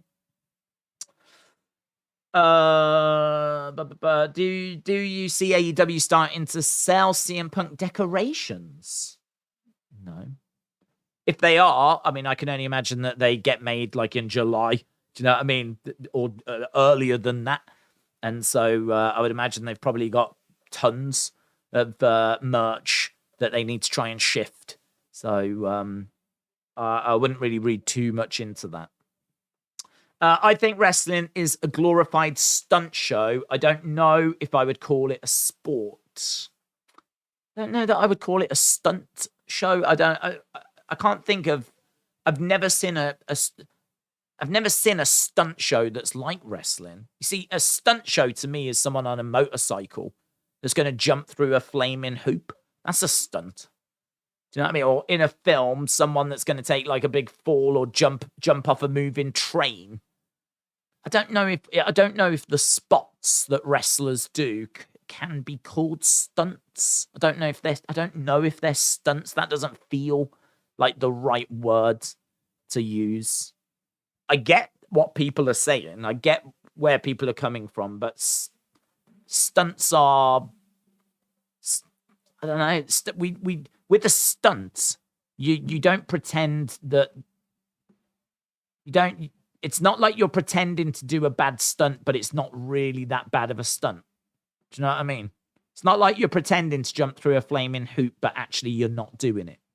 It's a bit like in wrestling, like, you're being chucked around the ring, you're being punched in the face, but you're not really being punched in the face. I mean, if these moves that wrestlers do were being done properly, if what you were seeing was real, they would be bruised, they would be battered, they would not be able to work night after night after night, because the moves they do are done in a certain way where they're actually, they get protected. With a tombstone, for example, the head never touches the mat. When Undertaker does the tombstone, he's basically holding someone above the ring, drops down to his knees, and they're still, even when they drop down a good distance above the ring, because if they weren't, then you get a broken neck. I mean, like, it's a move that would destroy your neck. I don't feel that stunt is the right word, because with a stunt, like, you do the stunt, don't you? Don't you do the stunt? Like, if you have to have a stunt man that actually jumps out of the helicopter onto the moving train, like, they actually have to do that. Whereas when someone takes a tombstone, they're not actually taking the tombstone. So that's why stunt doesn't feel like it fits to me. But, I mean, we're maybe getting a little bit too into the weeds on this. Again, for me, I'm quite happy to have that conversation. I think it's a good conversation to have when you're having it with people that are open-minded and want to have a good, honest conversation. If you was having it with someone that was closed-minded and just making fun of the whole thing, I mean, you just wouldn't even waste your time, would you? Let's go down. AWC legend, shout out to you. Who cares what other people think? We love wrestling. Yeah, it's only when you've got people that are trying to understand it. Because you will, there'll be kids. These conversations that happen all the time. There's people that feel they've missed out on wrestling or don't know if they've missed out on wrestling. And they're a bit like, do I want to get into it? Do I want to watch it? Why do you like it? And they come from a good place. Like, that's when these conversations happen, where you explain what it is about it that you love and kind of the terminology that's accepted. And as we've said, fake's just not really accepted. It's not, you don't really want to be going up to any wrestlers and using that word. So it's not something that's accepted really in wrestling. But yeah, again, if they're open-minded, then it's a good conversation to have. A lot of big moves from ladders through tables. They are stunts, says Kyle. Are they stunts? I mean, like, if you take a clothesline, is that a stunt? Do you know what I mean? Like, and if you go to a show, there's no guarantee you're going to see someone go through a table. There's no guarantee. I mean, maybe I could go with someone going through a table, that being a stunt, or someone being knocked off a ladder being a stunt. Is being in a headlock a stunt? Do you know what I mean? Is being like slammed down to the mat a stunt? I don't think it is. It doesn't strike me as the right word to use. I feel like there's other words that can be used. What about the term sports entertainment? Well, that talks about WWE, doesn't it, really? I mean, sports entertainment is the term that I think Vince came up with to describe what this was. It is sports-based, you know, there's people pretending to be in competition with each other, pretending that there's conflict. So, you know, there's a sports aspect to it as people are battling to be the best, battling for belts, battling to be champions. So there is a sports aspect. They are athletes, but it's entertainment because it's not real. They're not really competing against each other. Every match you see are, you know, two people actually working together. It's actually the reverse of what is being presented. So sports entertainment is the term that Vince came up with. If you are just joining us, we've had one match so far, which is pretty normal. We normally only have one match in the first half an hour. We've had Liv Morgan against Sonya Deville. We've had some video packages. Right now, we are enjoying a little glimpse of the press conference that was shown earlier today. So we know that they're going to edit in little backstage moments and little backstage things, and they've edited in some footage from the press conference. But yeah, they're just showing Logan and Roman, and I think there was a little glimpse of Jake Paul as well. So we are just previewing our main event that's going to be coming up tomorrow. They might hate each other in the ring, but they are best friends when they are backstage. Yeah, wrestling's normally done a pretty good job of avoiding you seeing that. You don't often see people that hate each other being pictured together outside of wrestling. I think there is still a degree of kayfabe that is protected, you know, which is good to see. I mean, I think it would burst the bubble. I mean, imagine if there was pictures coming out of Roman and Logan hanging out now, having a drink together tonight, chatting like arms around each other, like, you know, thumbs up, like. I think you do have to still keep a degree of kayfabe, even in this non-kayfabe world that we live in, where the whole business has been exposed. I think people still want to believe there is a hatred, and I think the wrestlers must still protect that because, I mean, surely we'd be seeing tons of pictures of people being together, you know, and we don't see that, do we? We don't see that. We don't see Roman with his arm around Logan, both posing like on social media, giving a thumbs up. Like, you wouldn't get that before tomorrow's show. So I think there is still, you know, there's still a little bit, just a little flicker of kayfabe that's alive, which I love to see. You know, back in the day, you could get in big, big trouble if you were spotted with your opponent. The most famous story being probably Hacksaw Jim Duggan and the Iron Sheik. The Iron Sheik, obviously, from Iran, and there was obviously a lot of heat between USA and Iran. Hacksaw is Mr. America, with the flag and everything. They were in a big, big feuds, as you can imagine, and they were driving to the next shows together. For some reason, they were driving each other, like, in the car. I think Hacksaw was driving Iron Sheik. They ended up getting pulled over, and it made the news, and everyone was like, why is Hacksaw and the Iron Sheik driving in a car together? And go back to the 1980s, that's a problem. That's a problem. So, you know, that's always been something that's been protected. I remember seeing the wrestlers in Birmingham in England, and as they came out the hotel, because I bumped into where they were staying, because I used to live in the city centre of Birmingham, and I just happened to be out one day, and I saw a load of wrestling fans, and I was like, oh my God, is this where they're staying? Makes sense. It was one of the nicest hotels in the city.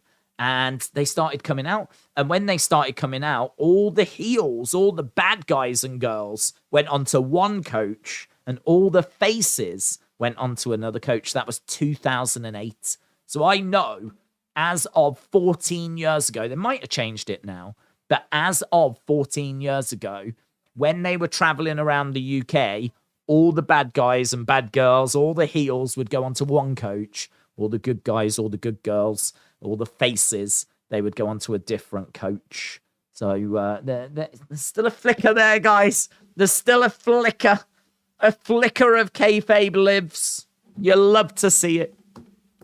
Standback said, I've missed 30 minutes of the show because I didn't know it was starting early. Why is it starting early? It's because of the clocks changing here in the UK. So the clocks changed last weekend. And I think they change in America tomorrow. So things should go back to normal very, very soon. But yeah, just for this past week, there's been between when we changed the clocks and when America changed the clocks, there's a little gap. And so we are an hour out here in the UK. So we would normally be about half an hour into our stream now. We're actually an hour and a half into the stream. Tony Khan is trying to rebuild and fix Rampage by having big stars wrestle, going live, title matches, but viewership is still low. Did AEW take too long to fix it? I think so. I think so because I can only use myself as an example. I was there watching week after week after week. We were doing the watch-alongs and we were watching the show. But now, like, for me personally, I kind of gave up on Rampage, to be honest. I mean, it became apparent. I only had to look at the viewerships we were getting. Everything would build towards the main event of SmackDown. As soon as SmackDown was over, crashed. And you could see for yourselves, if you joined this watch-along when we were doing Rampage, you can see how many people are joining us at any one point. And you could see for yourself, like when we get to the SmackDown main event, maybe there's like 500, 600. I have no idea. But I know from the graph, it went right down when Rampage started. People are more interested in our community in SmackDown and then conversations about SmackDown rather than SmackDown followed by Rampage. Now, if they had done it earlier and made the shows bigger, and actually not waited as long, then maybe they would still have us doing the streams the way we used to. Maybe that decline wouldn't be as steep. Maybe more people would be tuning in. I think it is going to be a bit of a long road to kind of get back to getting that number to kind of, I don't even know if they'll get it where it was, but I think they did leave it too long. Right, we have got, I think this is the Viking Raider thing. Seeing that's a lady hand. I know a lady hand when I see one. I know a lady hand. We got a lady. Sarah Logan, as we all know. They've been doing this ceremony for so many weeks. Oh my God. How long does this take? Holding a skull in the air. Valhalla awaits another Viking Raider segment then. Right, Ricochet is in the ring and we are waiting for LA Knight. LA Knight. Fake and Lost Paul Brothers getting them WWE bucks, said John. AEW's loyal fan base have been saying they don't like the focus on Ring of Honor with the ratings. It's up to Tony to listen, says Trini. Trini says Punk socks. Here's LA Knight then.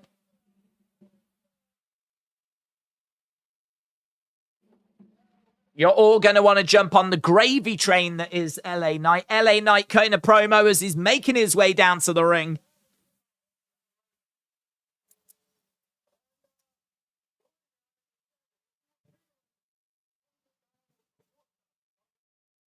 Oh, LA Knight's hitting on Samantha.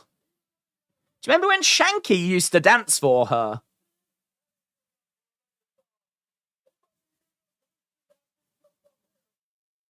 Ricochet comes diving down onto LA Knight. So LA Knight was just laying into Samantha Irvin there, saying that she got his hometown wrong a few weeks ago. Nice shoulder to the midsection. In the ring goes Ricochet. I think Samantha and Ricochet are in a... Well, they used to be. I don't know if they still are. Me and relationships and knowing who's going out with who, I don't give a flip. But I think they used to. LA Knight is amazing. Isn't the SmackDown ring announcer Ricochet's girlfriend, wife? I think so. Whether they still are, I don't know. The fact that they're kind of leaning that way makes me think they probably are. They still are. She calls him her miracle on Instagram. Oh my God. She calls him her miracle. Oh my God. I don't think I'd ever call anyone my miracle.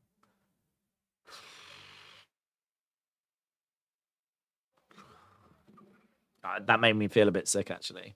That made me feel a bit sick. I don't know what it is about that.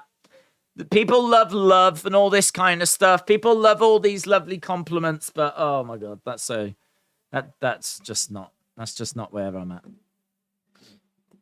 My dog is my miracle. That's my miracle. It made me puke as well, said Retribution. Are you doing UFC tomorrow? We're going to have a look at it. So my priority is Crown Jewel.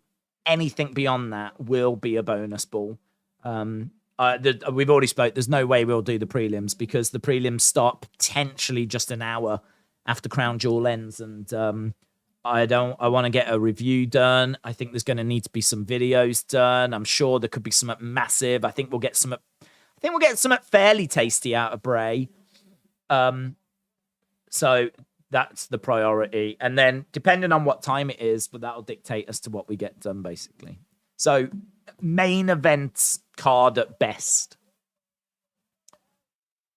Ricochet bounces back. Oh my God. Lands in the center of the ring. What a miracle. What a miracle. It's like he's a gift from Jesus Christ himself. Did you see Bray liked a tweet that involved Dutch, says Ryan. I didn't. That's nice. I think anything that's going to continue, teasing that. I mean, I feel pretty good they're coming in. So, I don't know. I'm not really the best at, really reading into their... I could be paying loads of attention to Vincent and Dutch's Twitter feed, but the truth is I think they're coming in, so I don't really care about them teasing stuff because I think they're coming in. So, do you know what I mean? If I didn't think that, then I'd be maybe a bit more into it. Or if I hadn't already made that kind of, prediction. But I do think they're coming in. So that's nice. Twitter will be fun this weekend. There's no Ministry of Truth. All the PsyOps workers are fired and not allowed on this weekend, said Unbroken. Are you doing a figure hunt again? Yes, I said I'll do one before Christmas. And I plan on doing that. Ethan said, you're my miracle. Honestly, Ethan, even you saying that, mate, still doesn't sit well. I don't know what it is. There's something just really... I don't want to say cringy because love is a wonderful thing, but oh my God. I just think, keep it to yourself. Keep it amongst yourselves. Do you know what I mean? If you really think that he is your miracle, I don't need to know about it. Just tell him. He's the only one that needs to know. I don't think anyone else needs to know. So, guys, if I am your miracle, then if you really need to tell me, feel free to DM me, but just don't. Just don't. We don't need to subject people to that. Ian said miracle is cringy. LS Dub said Days, is Austin not your miracle? Hey, Austin's not around. We don't see Austin anymore, do we? Do you remember? Everyone's favourite perv is not around anymore. So all I can say is my prayers got answered. Sunny said, am I someone's miracle? Sure. I think you're lots of people's miracle, Sunny. It's just that we don't want to say it out loud because we might all vomit. We got lag, little bit of lag, laggedy lag. Okay, it's back. CM Chump is history. He got a big payoff from AEW. Have they announced it? Have they announced that he's gone? I haven't seen any announcements yet. And plus, seemingly, they've got Christmas decorations to sell now, so... where is our favourite perv? Do you know what, Arishma? I don't know. Does anyone know where he is? I mean, like, I'm pleased he's gone, but I don't want him to be in danger. You didn't get any lag? Oh, there is lag. I'm going to change router. Hang on, everyone. I've changed to the better router, so hopefully this will stay a bit solid. Solid as a rock. Look at my eyes. What do you see? Super Big Make with extra cheese. Oh, Super Big Mac. Smurfy Toon, shout out to you. Right, LA Knight in the ring right now. With Ricochet, we were just at commercial break, but we are back from commercial break. And the information on screen is not correct. We are going to be changing that. Ricochet versus LA Knight. It's going to be a bit of a weird show, this one. Ricochet? Who's Ricochet? Ricochet. Yeah,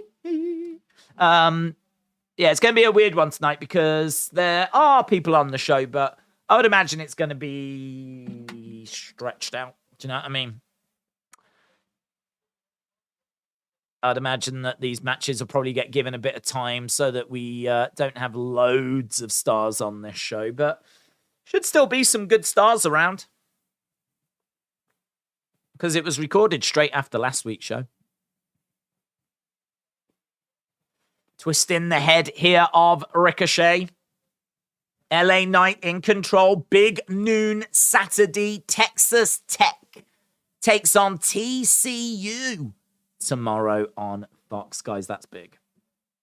That is big. I'm a big fan of TCU. Loved them when they were tag champs in AEW. They take on Texas Tech. Good old Texas Tech. Hooey. Howdy, I'm Texas Tech. Over in the corner is LA Knight. Big chop there by Ricochet. Ricochet trying to hurl LA Knight into the corner. It's Ricochet that goes chest first. What a miracle. Ricochet needs to learn how to cook up a credible promo that feels intimidating. Days, before pulling the plug, did you ever try having a football stream on the main channel instead of building a new one where it's harder for a new audience to find?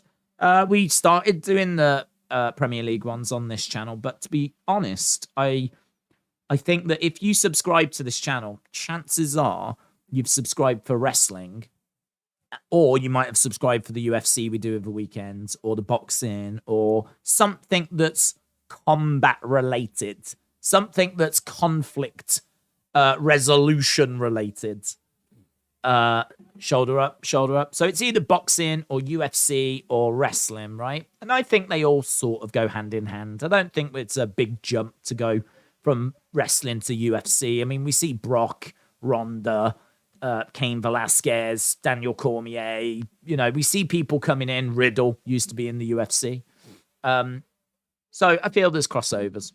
So I don't mind doing UFC on this channel. I think it fits fairly well. I think boxing fits fairly well. Jake Paul, for example.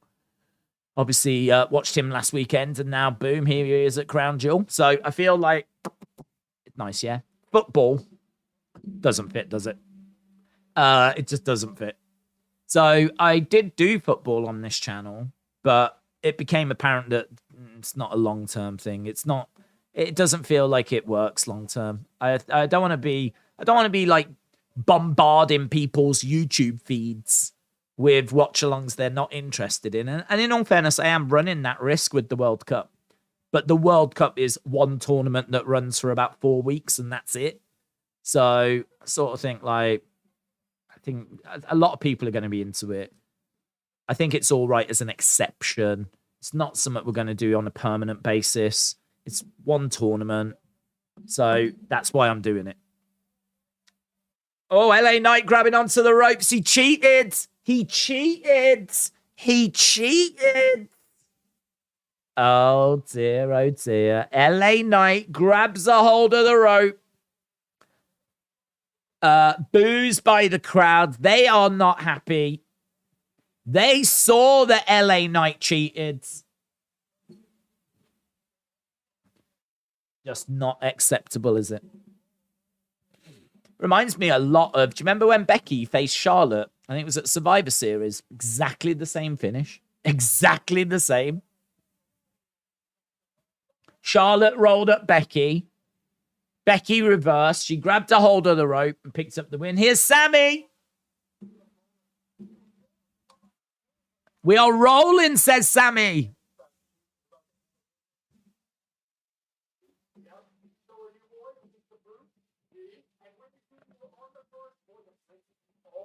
You're on the verge of breaking the all-time records.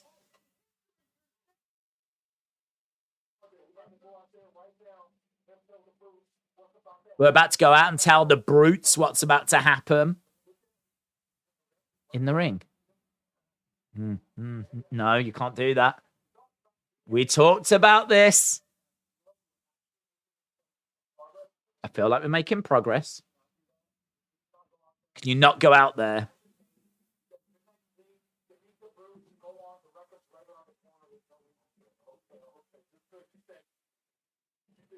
Just because you're Sami Uso now. This isn't a Bloodline thing. This is an Uso thing.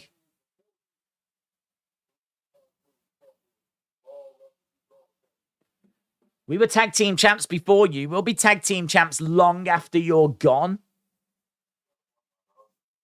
Jimmy said he's got a point, my dog. This isn't a Bloodline thing. It's an Uso thing.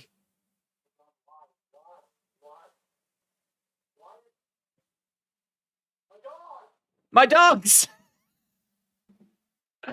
My dogs! The dogs are gone. Who let the dogs out? Who let the dogs out? Who? Oh my God. It's just essential viewing when Sami is on. Uso thing.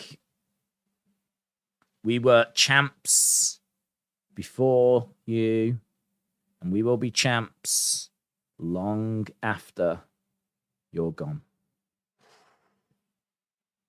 I started shouting, who? Retribution, shout out to you. Who? Because this pre-tape was before they went to Saudi. Solo reminds me of Umaga, said Christian. Umaga. Rich Mind said, my Usi dogs. Summit, hello. Hope you're well. David said, I know, said Sami won't be at Crown Jewel. Sami Uso has got a good tone to it, says Leo. Remember, kids, stay Usi, says Michael. Marty said, Sami is the only good thing about the bloodline. DC said that wasn't very Usi. Us coordinating ain't easy. They do realize Usos are across the world, said Slipgay. I think so. Unlike Umaga, I hope Solo can get to the top of the card, says LS Dub. Umaga was the best Samoan wrestler in the 2000s, says Hayden. Yeah, we said Ethan. I love the new McDonald's ad days and the song. I don't know that I've seen it. There's a lot. I mean, like, I don't know if it's the same in America, but as soon as we hit the 1st of November here in the UK, apparently Christmas arrived. As soon as we got to the 1st of November, all of the ads are on TV now. Every ad feels like it's Christmas themed. The TV shows have started to get Christmas decorations up. Daytime shows have got Christmas decorations up. Like, as soon as we hit the 1st of November, that's it. Everyone's just gone Christmas crazy now. Christmas is here. So, yeah. I don't know how long perhaps that's been the case all the time.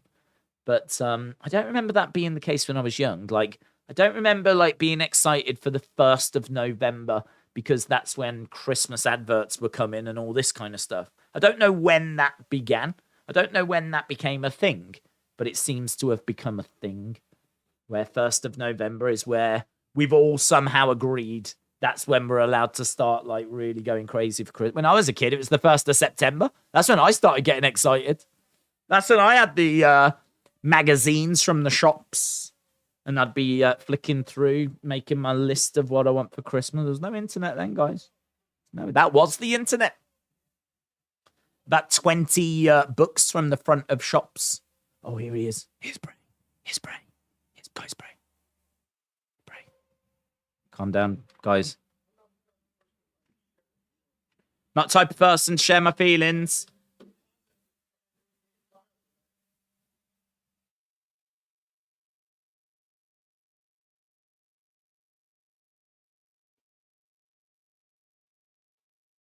It makes it harder.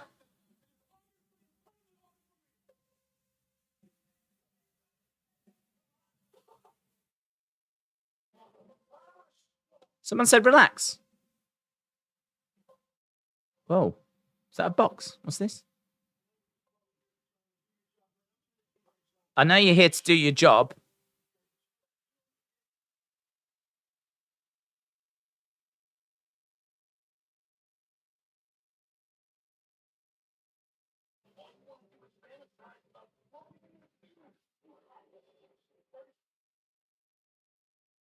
Starting to see Bray lose it here, aren't we?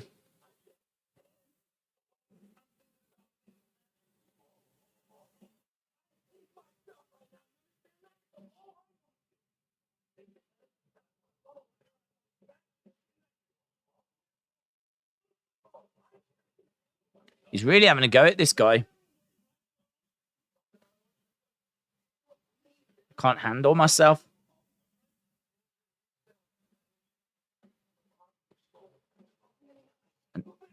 Look in my eyes.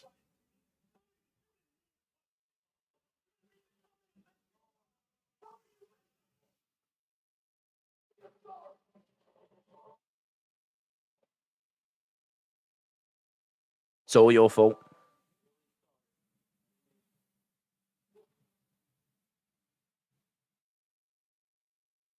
Guy said he's sorry.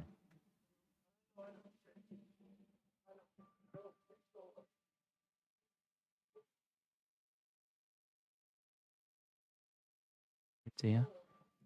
Bray is snap him. He is snap him.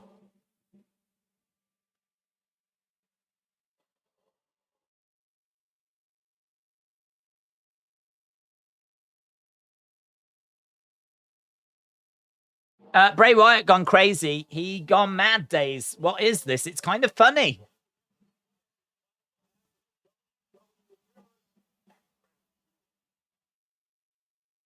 No, I'm not afraid. Usos! Calm down, Mr. Wyatt. Calm down, Mr. Wyatt. It's only a commercial. New picks. I'll have to have a look after, but a lot of the imagery felt the same, but there certainly could be some new pictures in there.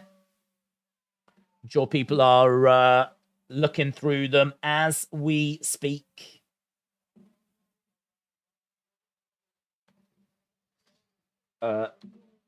Okay, so Uso is making their way. It's all your fault. He's nuts. I love it. Multiple different personalities.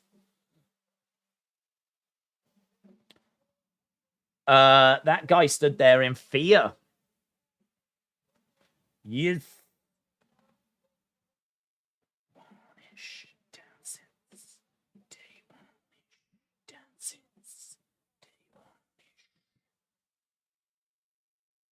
I really like that keeps you on the edge of your seats. He said, bro, it's official. He's joining the Bloodline. Lol. Uncle Howdy person said it's all your fault.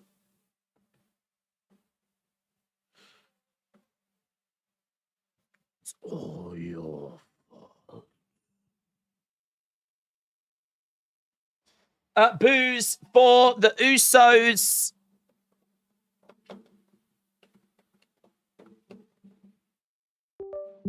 Usos need to break the New Day records. Are the Usos fighting tomorrow? They are, yes. Bloodline!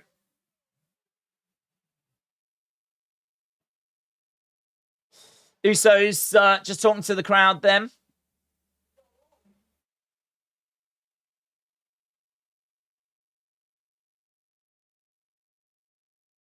We are on our way.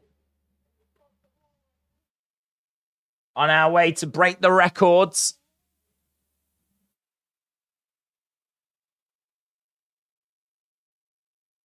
We're going to be the longest reigning tag team champions ever.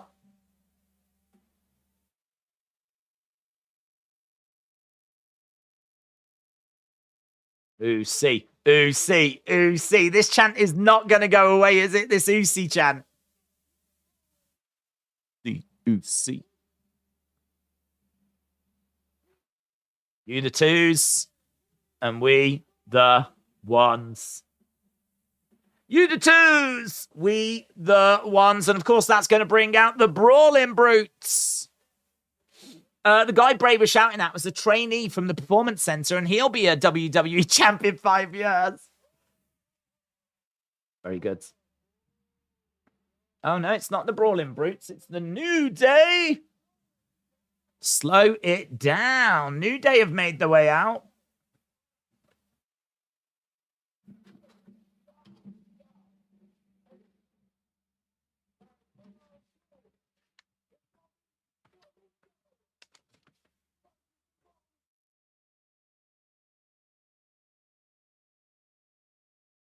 Okay, so we've got the New Day making their way down. They hold the records. You booze.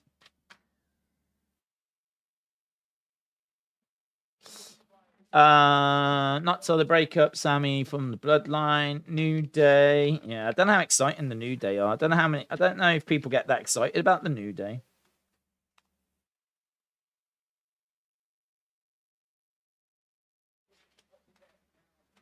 I wasn't expecting a Bray segment. I'm not sure we're going to get anything more than that, to be honest. We will tear you limb from limb to protect our record, says Xavier.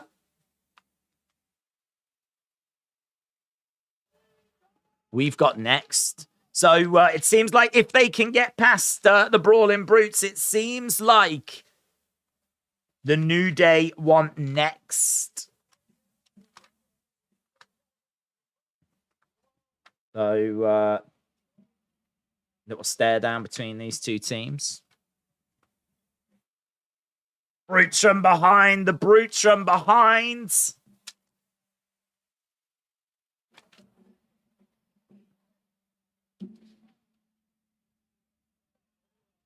And now the New Day and the Brutes are working together. It's 2-on-1. They're beating down the Usos.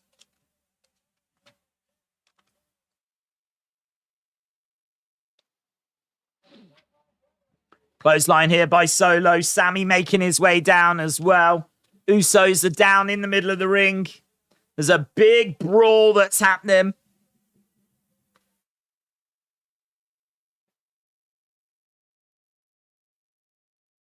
Getting chucked out the ring.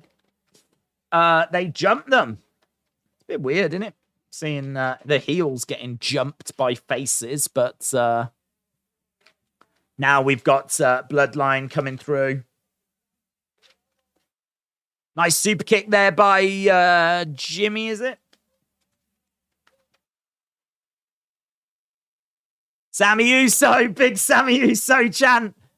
Sami Uso. Sami Uso. He is so over. He is so over. Climb up top. Now we've got Butch with a shillelagh. Butch with a shillelagh. Knocking down both of the Usos. Solo with a super kick. So all a big brawl here at the moment. New Day in there, Brawling Brutes in there, Solo in there, Sami in there.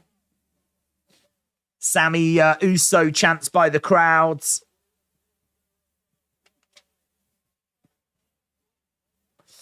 My halftime score is going to be... Oh my God, yeah, halftime score's already... I didn't realise we'd got to the halftime point. Didn't even realise we'd got that far. Bloodline look like they're walking away.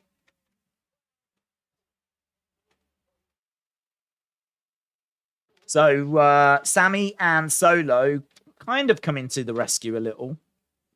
Did tell them not to go out there, but it's worked out all right in the end. We're backstage with Rey.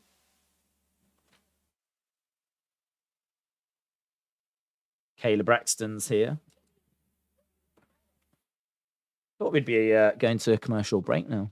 It is worth just looking in the background, just in case we get anything. I haven't seen anything, but...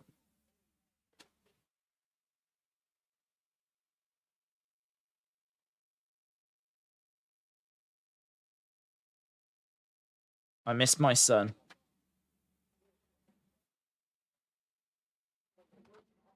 I'm going to show my son that even when the worst happens, you have to keep fighting on.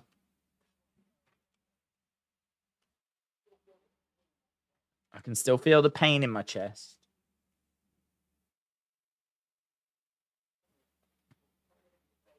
I'm going to take all of that pain and turn it into rage. I just got back from Cage Warriors in London. Have I missed the Bray segment? Yeah, it was pretty straightforward. He seemed to snap. He seemed to, like, lose it. But it was pretty interesting. It's certainly the most angry that we've seen him. Here is Shayna Basler making her way out now.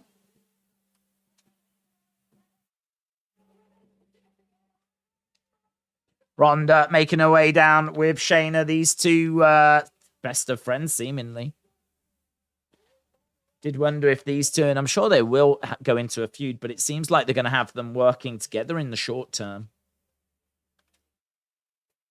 5.8. I know he's out with neck injury, but how much longer? Who? Big E? I don't know if there's a date for Big E's return, to be honest. So Natalya and Shayna in the ring. Natalya, Ronda, and Shayna in the ring. Just got an advert for Saudi.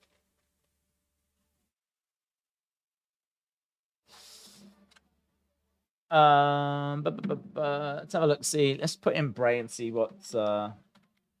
See where the conversation is. Bray's heading down a dark path. Compelling segment with Bray. Bray doesn't like being interrupted.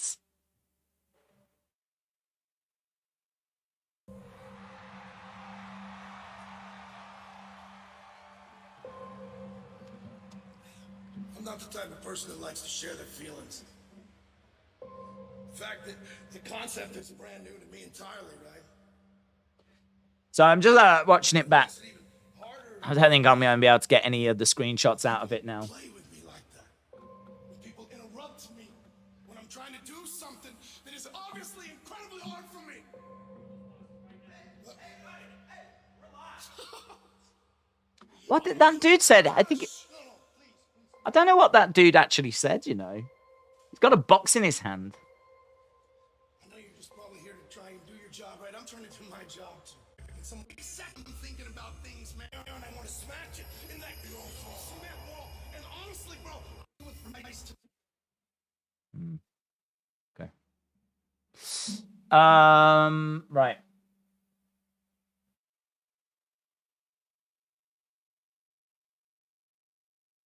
Bray Wyatt segment then has taken place on SmackDown, and it's kind of interesting. It's certainly a different presentation to what we've seen so far from Bray. This version of Bray, this kind of Wyndham real version of Bray, has been very softly spoken, has been very emotional, has been a bit humble in a way, and obviously has had some nice interaction with the crowd. And he said this is the best version of him. Well, we saw this version of him really display a darkness here.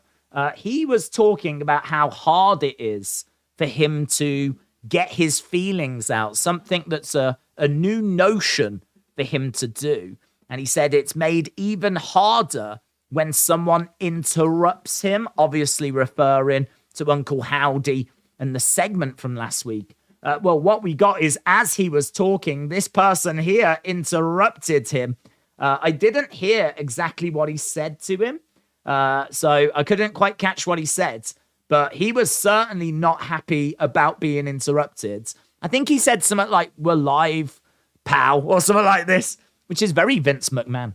But this is clearly not Vince McMahon. But Bray went straight over to him and basically started having a go at him, saying, like, you know, how it's hard for him to talk, and, you know, being interrupted all the time, makes it even harder. And he just fantasizes about grabbing this guy's head and smashing it into a wall. And we really started to see this version of Bray show a darkness. What we were getting as he was talking was we were getting these kinds of images. So this is one here, of course, of Uncle Howdy. Again, not sure if we can get a read as to who's behind that mask. That's been hotly debated for a while now. But we were getting glimpses of things like this.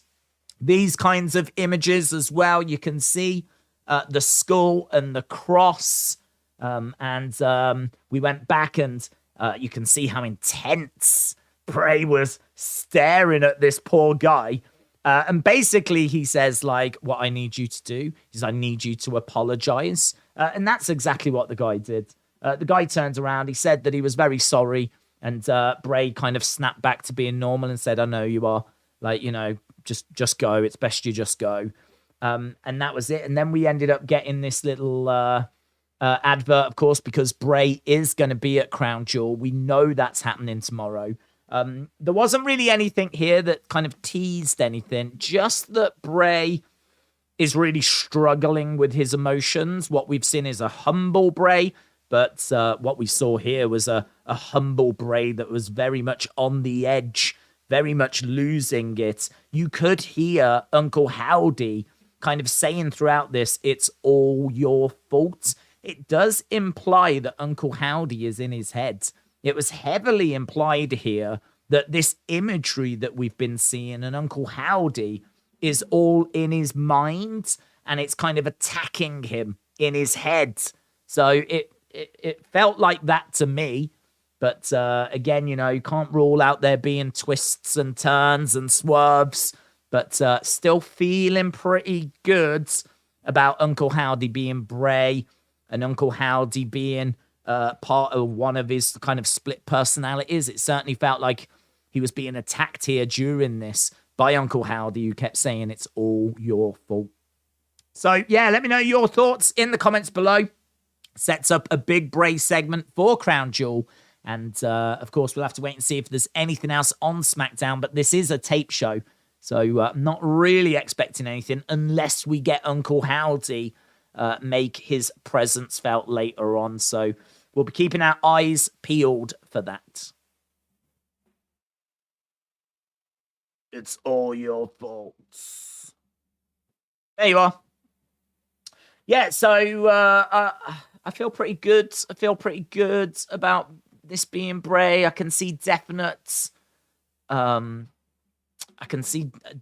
link as Uncle Howdy kind of interrupting him there. If that was Bo, then he was having to like interrupt the feed at the exact same time. It's possible.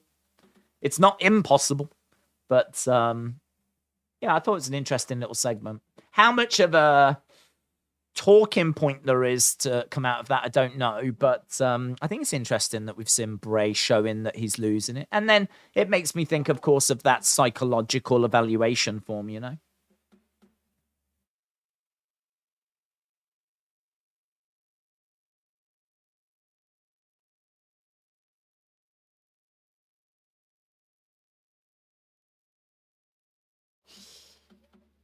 How good was that? He's the same guy. Week by week, he's getting more unhinged.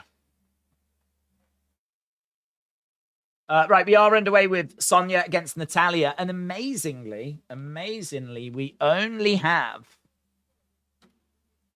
48 minutes left of this show. Like, I must admit, this show has absolutely flown by. Absolutely flown by. I have no idea if we're going to get anything else Bray related tonight. In all honesty, it doesn't really matter. I know people would like it. It doesn't really matter just because we know that we're getting something tomorrow, and I think tomorrow will be much bigger. I think tomorrow will be the one that we really get our teeth into. Anything tonight is just, dare I say, a bonus ball. I think if there was no Crown Jewel tomorrow, you would have got something a bit more. And there's still a chance you get something else, of course. You know, it's not like we're done here. There's every chance we do get something else, Uncle Howdy or Bray related. I think someone is trying to make Bray go crazy. Seems like he got therapy. Maybe Bo wants the Fiend back. Color green on Howdy. Pick for Crown Jewel, says Niall.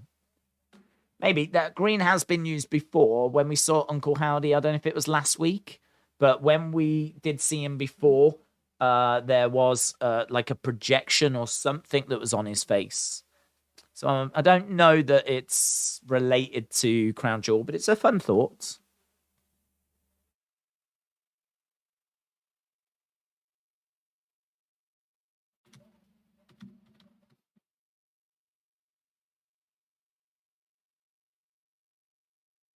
Shayna has got a hold there on chokehold, like a headlock hold on Natalya.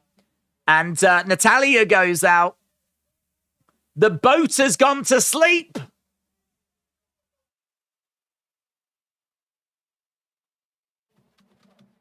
That's the old Shayna Basler that we know, says Michael Cole.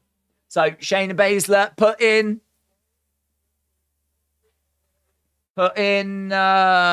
Natalya to sleep.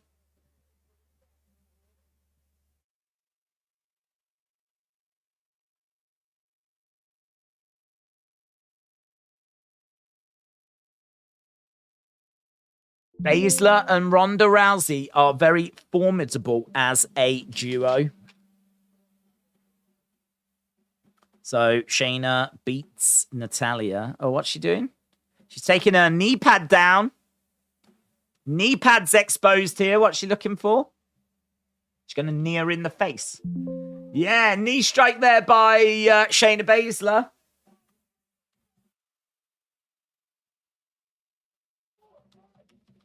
Former tag partner, her former friend. She just kneed her right in the nose.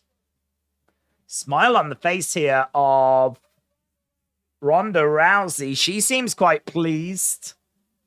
Yeah, she was actually laughing against the ropes as Shayna did that. Oh my God, man. Look at the bloods. That's nice. Blood capsule. That's nice. She's proper busted her nose. Oh, man. They've made it look like loads of bloods. That's awesome.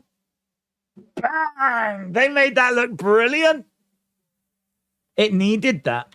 It needed that. Don't overdo the blood, but it needed that. That's really nice. That's really nice. Oh, man. And the replay looks brutal. Oh, God. That's brilliant.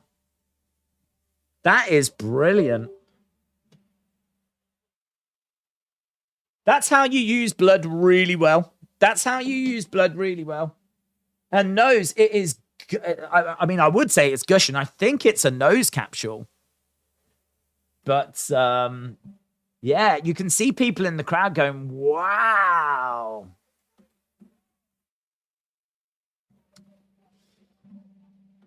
Let me see if I can find a picture. I have got an image on here.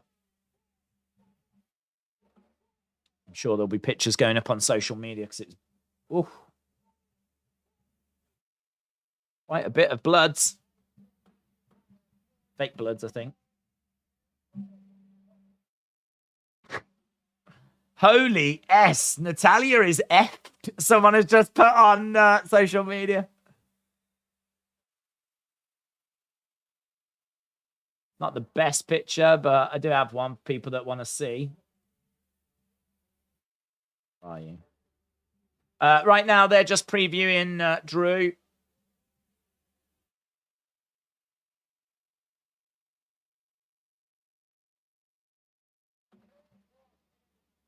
Let's get this. Boom. It's not the best because she's got her hand in front of it. When she moves her hand away, it's all like blood coming down. You can see it on her hands. You can see it like, in her hair. You can see it on her eyebrow. Look really good. Look really, really good. Kelita, shout out to you. Blood is typically overdone, but when it's done right, it's good. Daniel said, that's real. It's not a capsule. How'd you know? The blood was in the towel. Mineem's Brimweevil said, just tweeted you some important images for that Bray segment. Okay. Let's have a look. We've just got a thing on at the moment in regards to Drew. So we're not really missing anything. Let's have a look and see what has been sent to me. Yahweh, Yahweh. What's that? I mean, it looks like the owl mask, doesn't it? That is interesting. That is interesting. It looks like the owl mask, but in a weird, abstract way of showing it. You know, I sort of feel like I'm seeing an eye that's stretched out. I feel very much like that's the owl mask.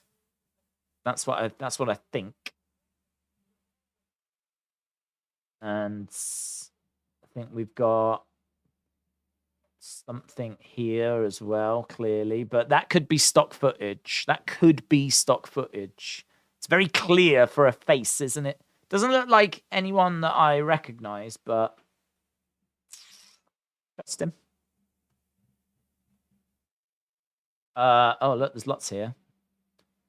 We are at commercial break. Again, that's interesting. Could be the owl mask. Could be stock footage. Feels like there's lips here. Oh, that's very interesting. We've not seen that before. We're at we're at scrapyards. I like that. These ones where it looks like a face. It's not that I'm not interested in them. It's just that they do turn out to be old pictures of, like, you know, experiments and whatever. We've seen lots of people that have had injuries in wars, that have had treatments or stock images, things like that. I think if it's anything too tasty like this, it might turn out to be a stock footage. Not sure. Still really interested in it, but that I think is really cool because we've not seen any images like this before. It makes me wonder what he's trying to say here. Same with this as well. Like, it's really a lot to show. Let's put it that way. That's a lot to show. I think you could get excited about that being a potential new person, but I feel like if you was to look on stock footage, I feel like it'll probably result in that being like a stock image. Again, still interesting though, because I mean, you can't rule anything out, can you? That could be a new person that's going to be with him. I'm not expecting it to be. Things like that, for example. So I believe this is an image. This one has been shown before. Definitely seen that one before. Love Uncle Howdy. Some eyes. Seen that one before. That's been used in quite a few. We did manage to catch that one. retweet some of these.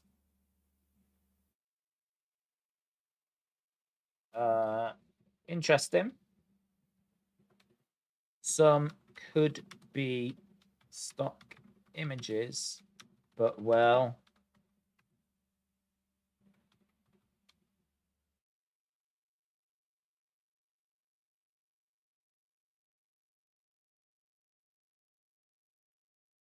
Those different.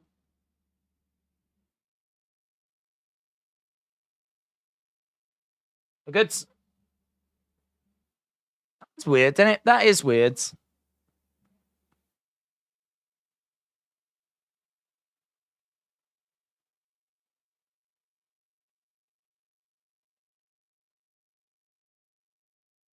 I don't really know what to make of that.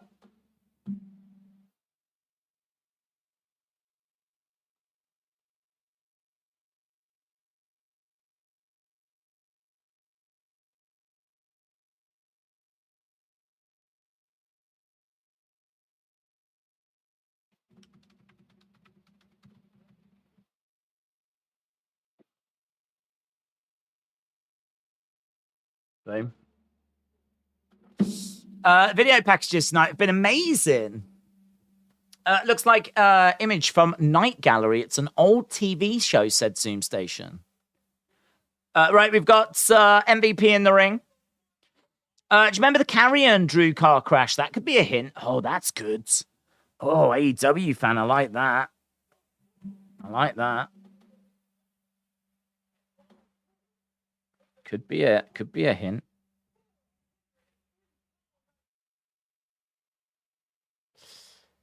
Moss makes Braun look short.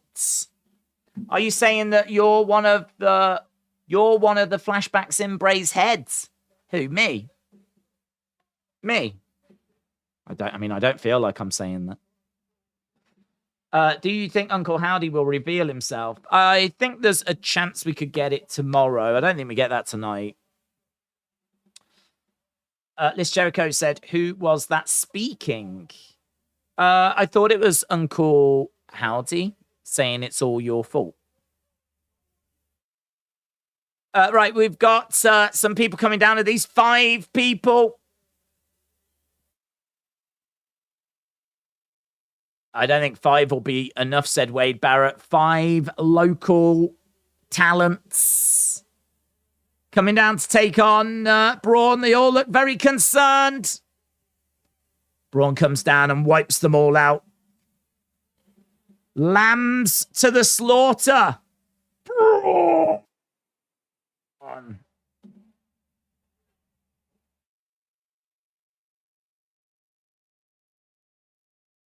So he comes down, knocks down 5 guys. MVP is in the ring. How's SmackDown been?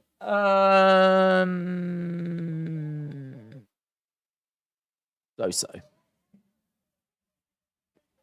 Strikes the midsection there by MVP. I mean, it's go home.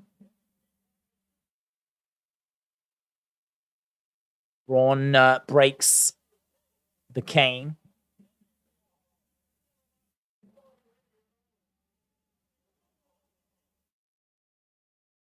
MVP gets thrown into the barricade. MVP is getting chucked around. Where's Amos? Why is Amos not making the save? Does he not care about MVP?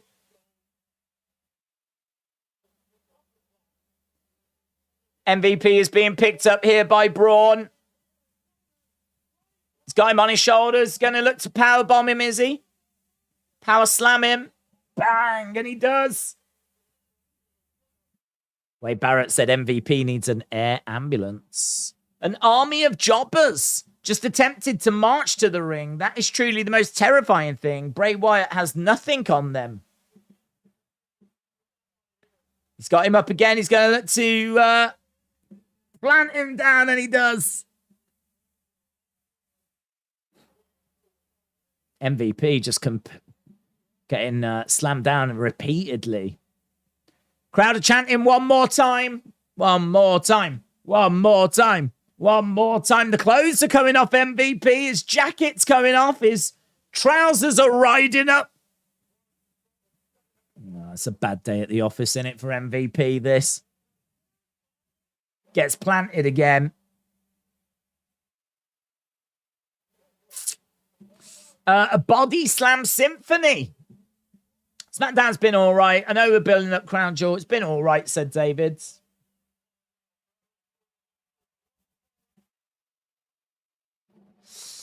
Braun should be fined. This is unacceptable, says Leo. Right, we're back with Kayla.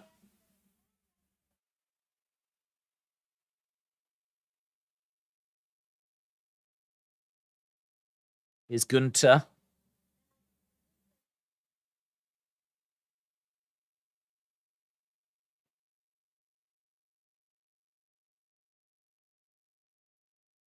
Right. I'm going to step in the ring.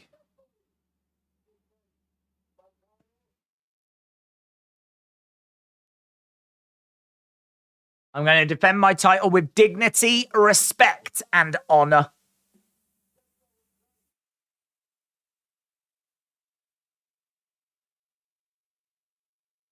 One thing will never change, and that is me being the WWE Intercontinental Champion. Well, hopefully it will change, because hopefully you'll get one of the world titles, mates.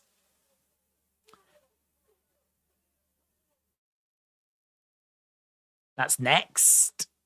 Next. Kyle said if the crowd wanted one more time after the second time, they should have said 2 more times, said Kyle. This mask Howdy and Bray have is the mask they represent. They're part of the White Six cult. Bray breaking the door open shows him breaking out and then taking off the mask, leaving them, says Me Name's Brimweevil. So it said, no matter who everyone praises, I still consider you my tribal thief, says Summit. Summit, hello. Do you think Saraya wrestles at Full Gear? I think there's probably a good chance, yes. Gunther and Rey for 20 minutes, yes, please, says Neo. Legend Killer, shout out to you. Russell said, how are you a minute ahead of me? You say something about watching, then it pops up on my TV. I don't know, to be honest, dude. Normally I'm a bit delayed. YouTube tends to put a little bit of a delay on things, so I don't know how I've got ahead of people. Do you think Jake Paul will do something tomorrow? Yes. Nadula said no Bray segment. We got one. It's a little backstage thing. It's kind of interesting. A few interesting images in there, which I don't know how deep we can go into those images. As I said, for me, I think there's definitely potential for some of them that we looked at. But I think if anything's going to be really juicy, like that full face of that woman, I feel like, no. They're not going to give us that much. They've been teasing the person in the owl mask for so long. And the whole thing is, who is Uncle Howdy? Do you know what I mean? We don't get like even that. They're not just going to show us the face, full face of a member. I don't think they would do that. So I feel like that woman or anyone that you've seen like a full face of, I feel like they're probably red herrings. I think they're to catch us out. I'm on to you, WWE. Not that I'm alone. I think fair few people probably would think that way. There's some good images. I like that from AEW fan about maybe that car representing the car crash from a few weeks ago. I like that. I want to see Rey get chopped over and over again. I want him flying past the ring and be pulled up by one hand. Destroy the past, Gunther, and create the future, says me, Brimweevil. Pereira Adesanya next week. Damn excited for that third fight, says Summit. It's going to be good. Maybe Bray was responsible for the crash, says Jim. Scott said Sami Zayn is Syrian descent. That's why he can't go. Just want to say I am in Portsmouth. Oh, I used to go to Portsmouth quite a bit.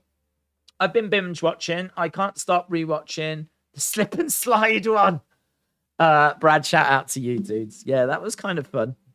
I was doing those sort of videos when I came here, when I first moved here, and we weren't really doing the watch-alongs as much. But we sort of lean more into the watch-alongs now. And yeah, but they were fun. They were fun. There was a good football one I did around that time as well that was a bit similar. Sami, yeah, you're right, Scott. What happened to Sami? Nothing. He was just talking to the Bloodline tonight and telling Jey not to go out there. Jey said that it's an Uso thing, not a Bloodline thing, and so he did go out there. But sadly, he's not traveled to Saudi Arabia. Although there were We Want Sami chants. New Day are going to take on Ridge and Butch or the Usos, depending on who wins at Crown Jewel. Next week, we've got an undisputed tag team title.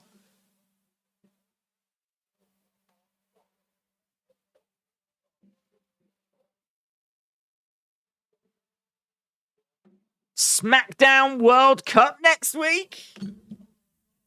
SmackDown World Cup. Shinsuke taking on Santos Escobar.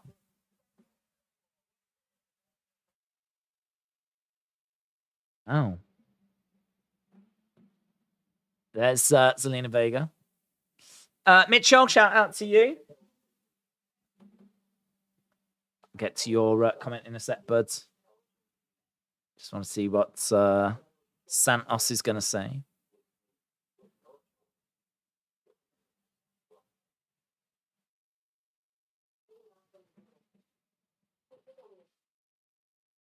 So we're hearing from Zelina. Zelina looks great.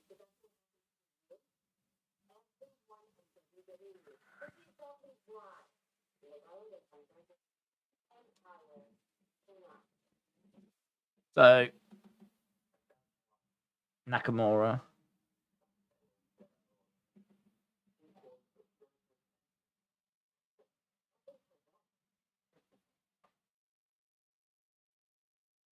We're the perfect enterprise.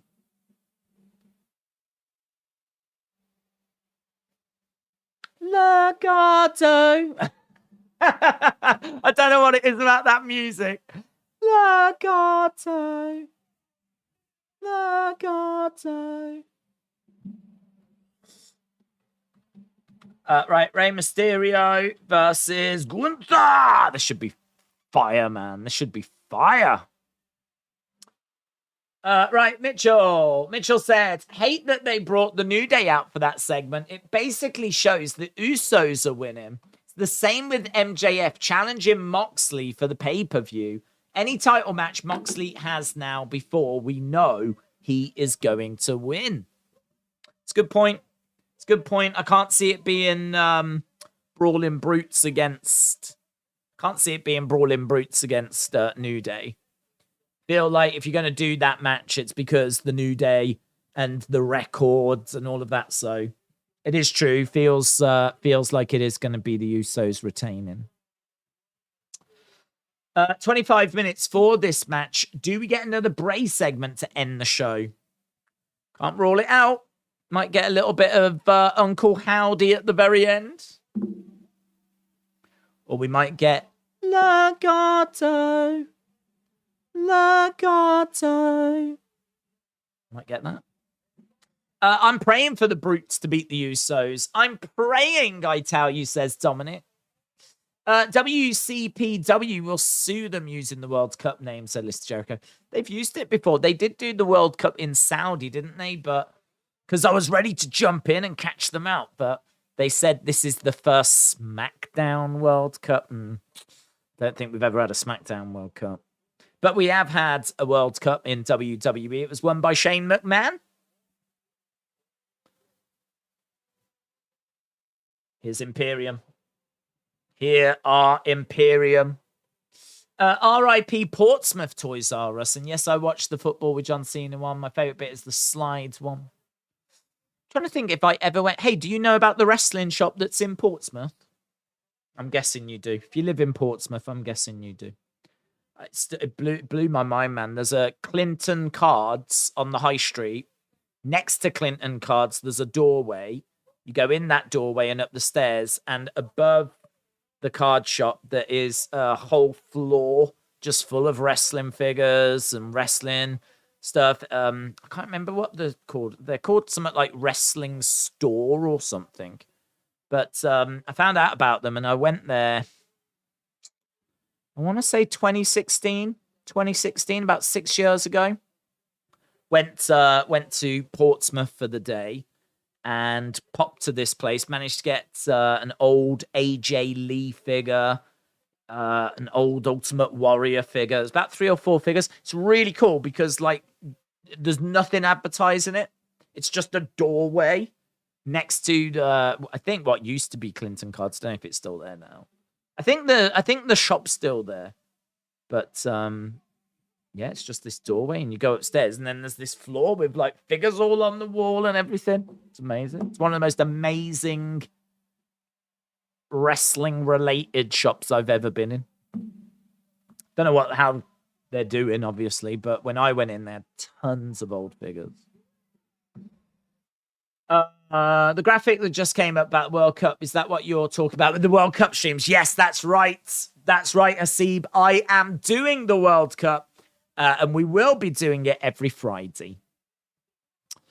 They do bring Vince back and let him get battered by superstars. Then Triple H says at the end, "You're fired." Gordon said, what if LA Knight beats Gunther for the Intercontinental title? I don't want anyone to ever beat Gunther for it. Ever. No one should beat Gunther for that belt. Gunther should just get tired of being champion and then just give it up. Surefire Hall of Famer taking on Rey Mysterio. Look at Gunther towering over Rey Mysterio. Rey pushes Gunther. Rey is certainly used to being in there with people bigger than he is. Pretty much everyone in the world is bigger than he is. The belt actually suits Gunther and Imperium so much. My name's Brim Weevil said, now we can witness the destruction of the past. Yeah, well, he's, I think, going to get destroyed. I feel pretty good about Gunther winning this, to be honest. Legato. After this, I'm going to get a shower and hope I feel better, says Sunny.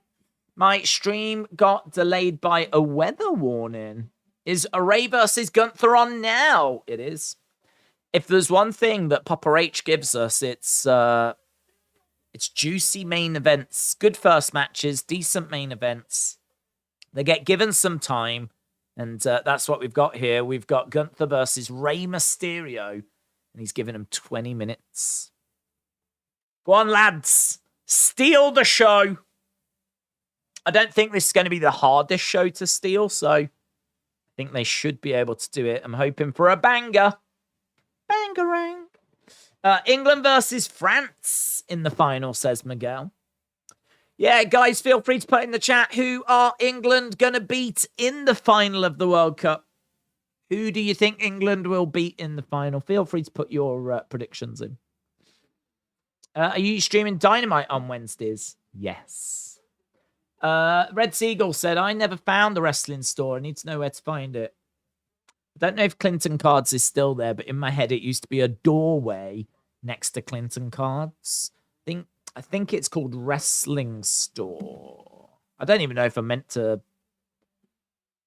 don't know if I meant to say, because they certainly don't advertise it on the high street.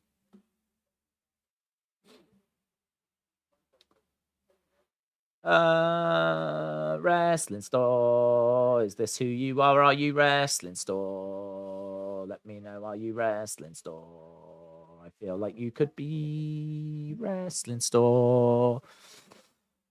Yeah,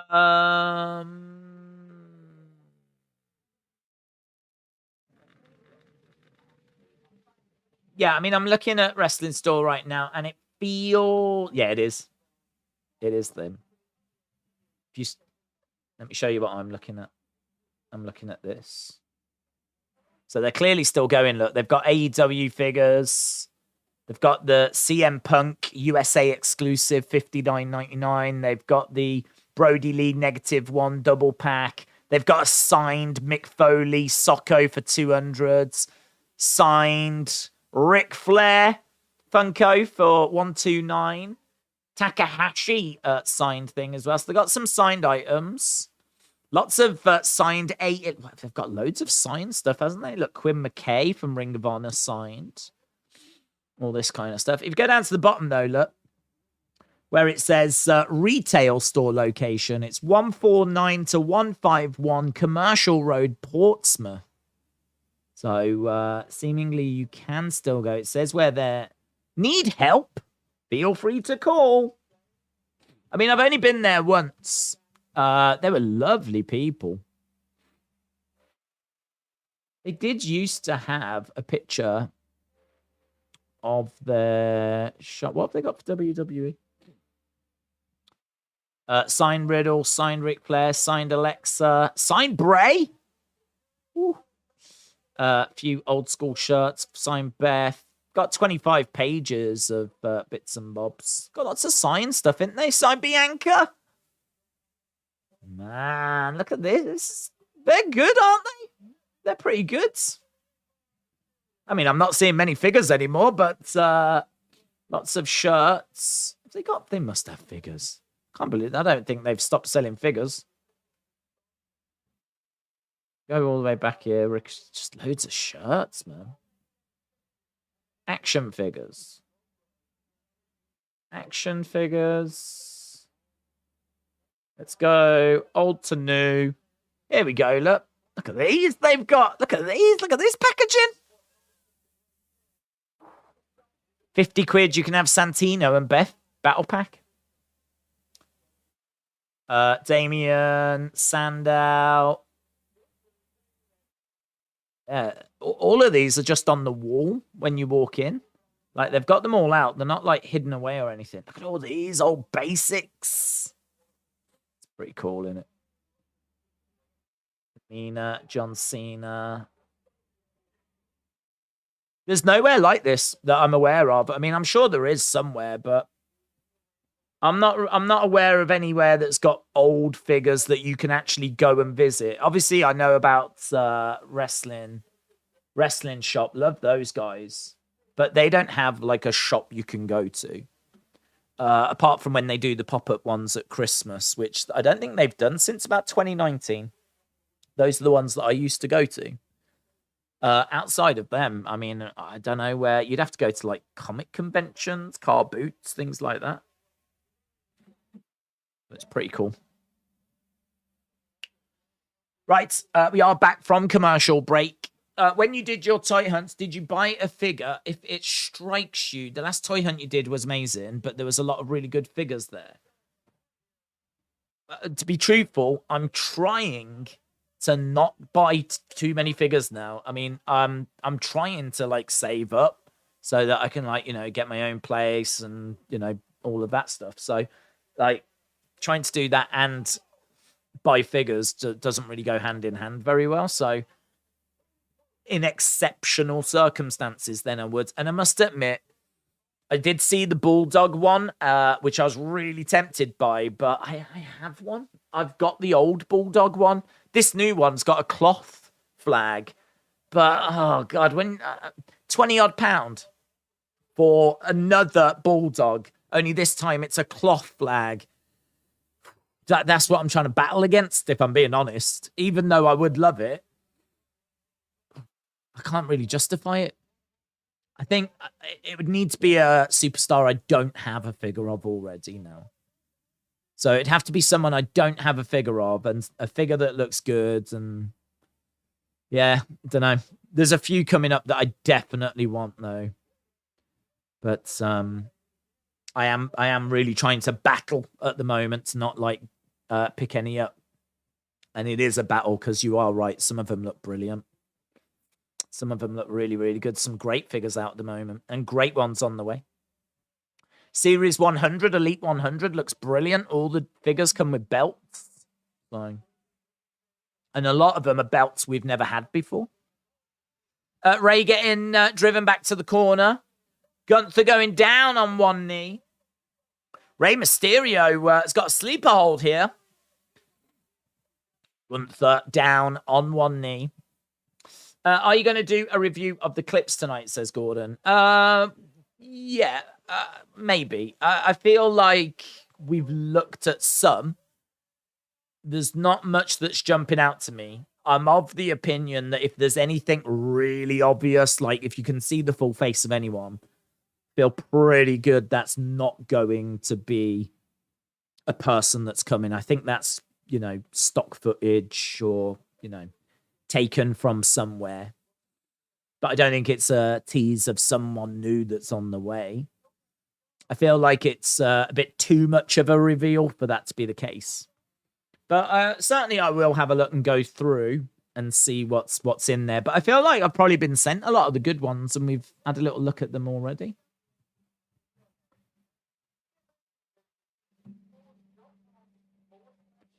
When do you think Tony will loosen handcuffs in the women's division? I get their segments are the lowest rated, but the women's still stuck at 9:30 death time slot with not much focus. Only Tony can answer that. I mean, I think Tony might respond by saying we have a champion in Tony Storm that gets TV time. We have a mid-card champion who gets TV time. I also now have a third feud where I'm building up Britt Baker and Saraya. So, for a 3-hour show, like 2 hours for Dynamite, 1 hour for Rampage, I'm constantly putting out 3 different women's feuds. And, if you feel that, you want more than that, well, that's just a great sign that what we're doing is working and you want more. So if I'm Tony, that's the kind of answer that I'm coming back with.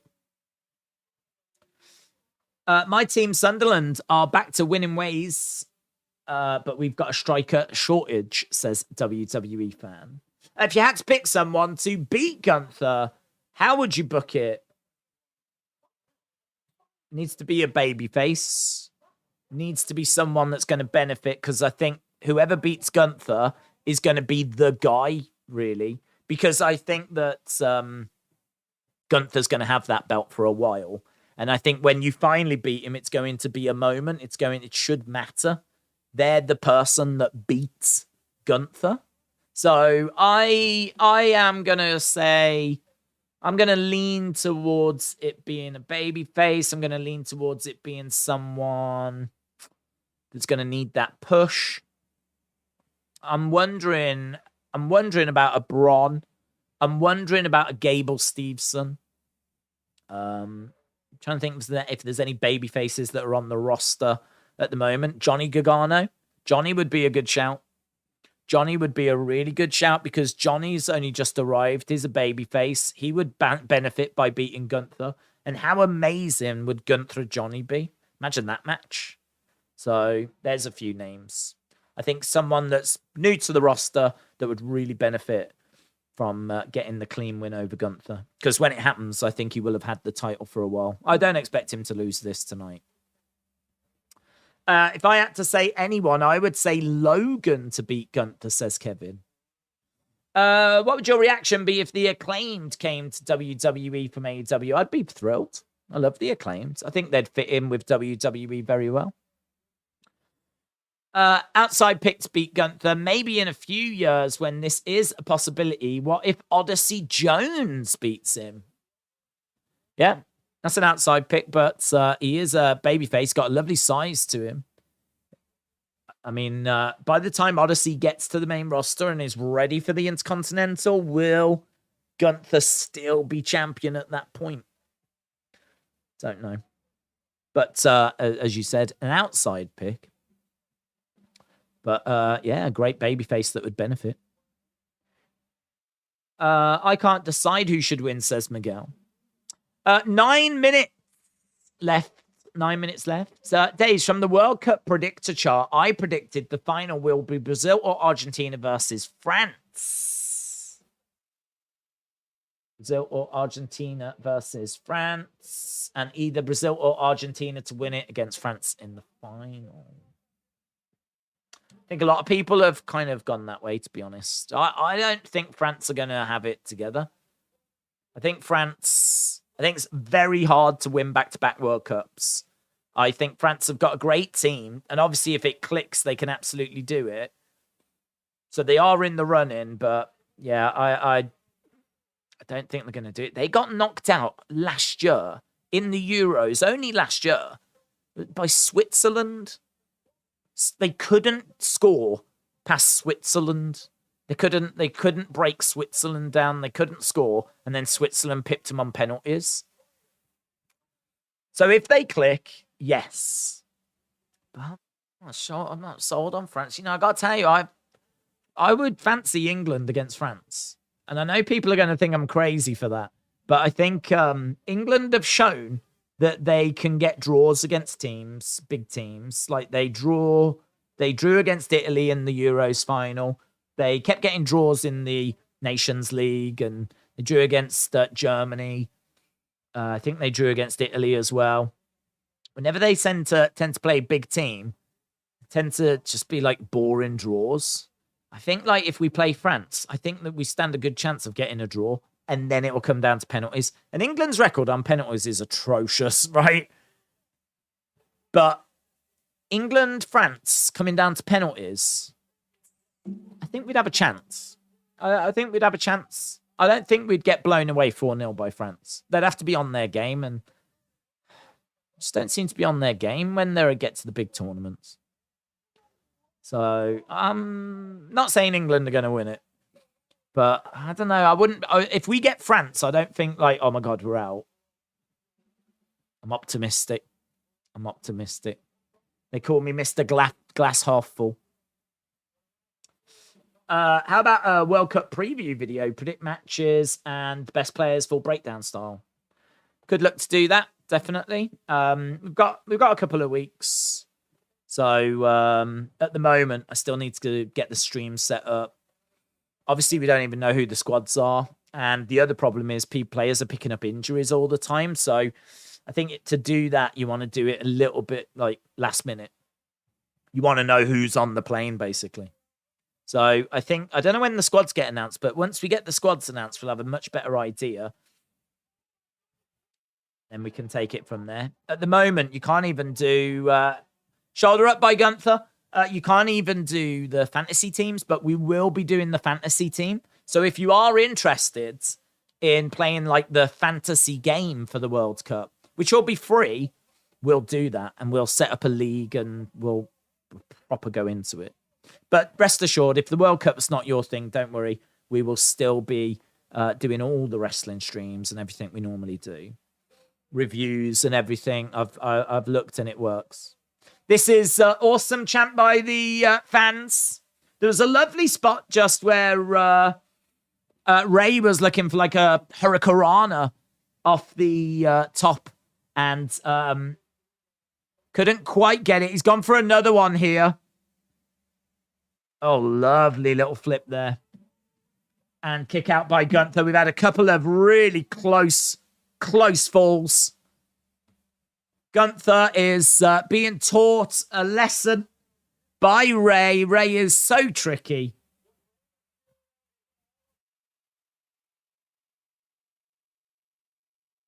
The innate ability to survive. Rey is showing that in spades.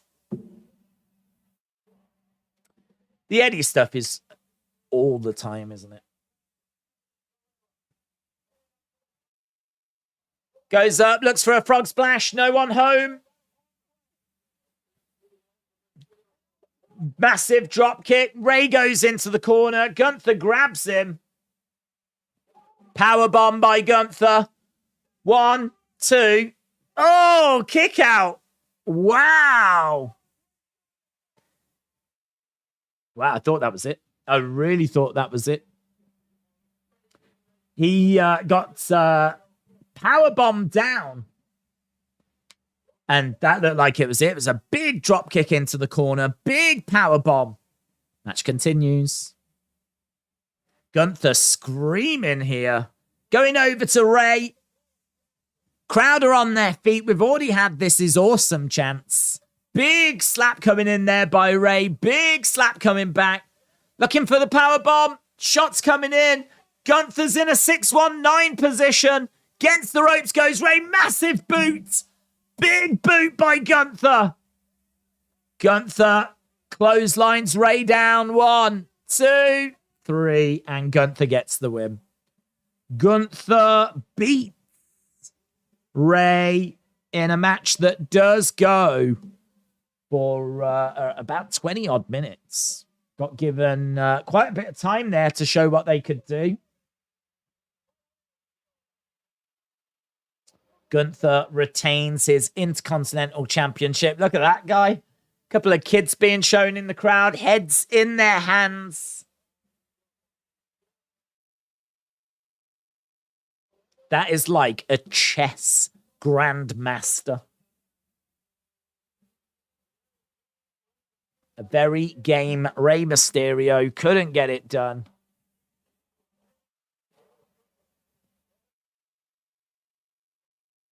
Gunther wins. Gunther is the greatest. He's very credible, Gunther, isn't he? I love watching Gunther. He is so credible. His matches are super believable. Super hard hitting. He's an excellent, credible heel.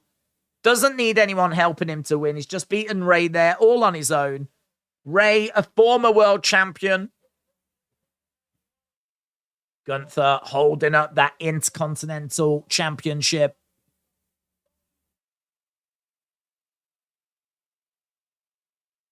And everybody. So nothing from Uncle Howdy at the end of the show, unfortunately.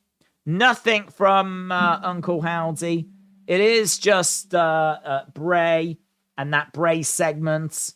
Interesting that Bray's showing that darker side of himself. But a little disappointing, should I say, that we didn't get anything really Howdy related or anything more Howdy related. But I think it was still good. I mean, for a go-home show, I think it's fine. I didn't find myself bored. I didn't think there was, sometimes we have to sit here and watch some really cringy things, some really bad. I don't think there was anything cringy here. I don't think there was anything bad here. But, yeah, it's fine. It's fine. Still got a Bray segment, didn't we? And it was a Bray segment that hadn't been spoilt. We didn't know what was going to happen next. It was recorded backstage, so. Yep. Gunther looks like a hobbit. They should have saved the Bray thing for the end. Yeah, that might have made sense. That might have made sense. Let me get a poll. So what we do is, obviously, we do post-show reviews, and we're going to do that. I'm going to go up and record that soon. What I might do is just really have a look at the segment again, watch that segment again, really have a look at those images, and just go one by one through those images, because I think people would be interested to know what images are in there, and just really have a look at all of those and do that. So I'm going to go off and do that, and then I will get to the review, and that will go up in around probably go up in about an hour's time on the second channel. So we'll do that. What I'll do is I'll put in the chat right now the link to the form so that you can get your votes in. So if you want to vote about tonight, what your score is for tonight's show, feel free to do that. Score it out of 10. Put in what you liked, what you didn't like, and we'll go through those during the review. And as we said, that review will be up in about an hour's time. Just going to give you a couple of moments to click on that if you want to take part in that and get your vote in and your messages in. Canadian Kid said, I've sent you a tweet. You've sent me a tweet. What as? Canadian Kids?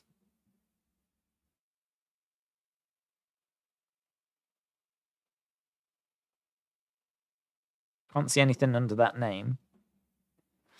Crown Jewel starts the same time as Man City starts. What time does the pay-per-view start in the UK? 4. Kickoff show is 3. We'll be starting at least 2. So we'll be starting well before.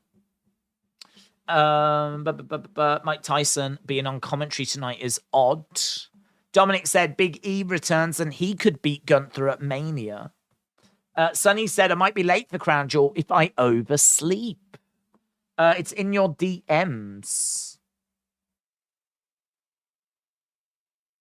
It's a jigsaw symbol on the cheek. I'm just a ghost of a man who sold the world. After a series of murderers bearing all the markings of the jigsaw killer, law enforcement officials find themselves chasing the ghost of a man who has been dead for over a decade. What's that? Is that that's the jigsaw plot? Yeah, I mean, I don't know where that image is from, to be honest. I mean, I don't know if it's from a Jigsaw film. I don't know that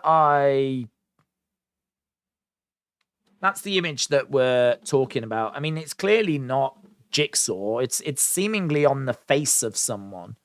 But I don't know where they've got that image from. Like, is that stock image? Would they even be allowed to... I don't even know how they would get away with it, to be honest.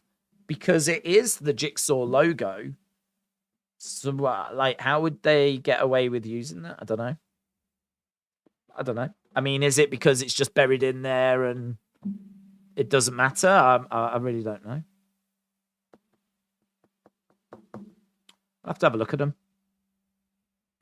See what we get.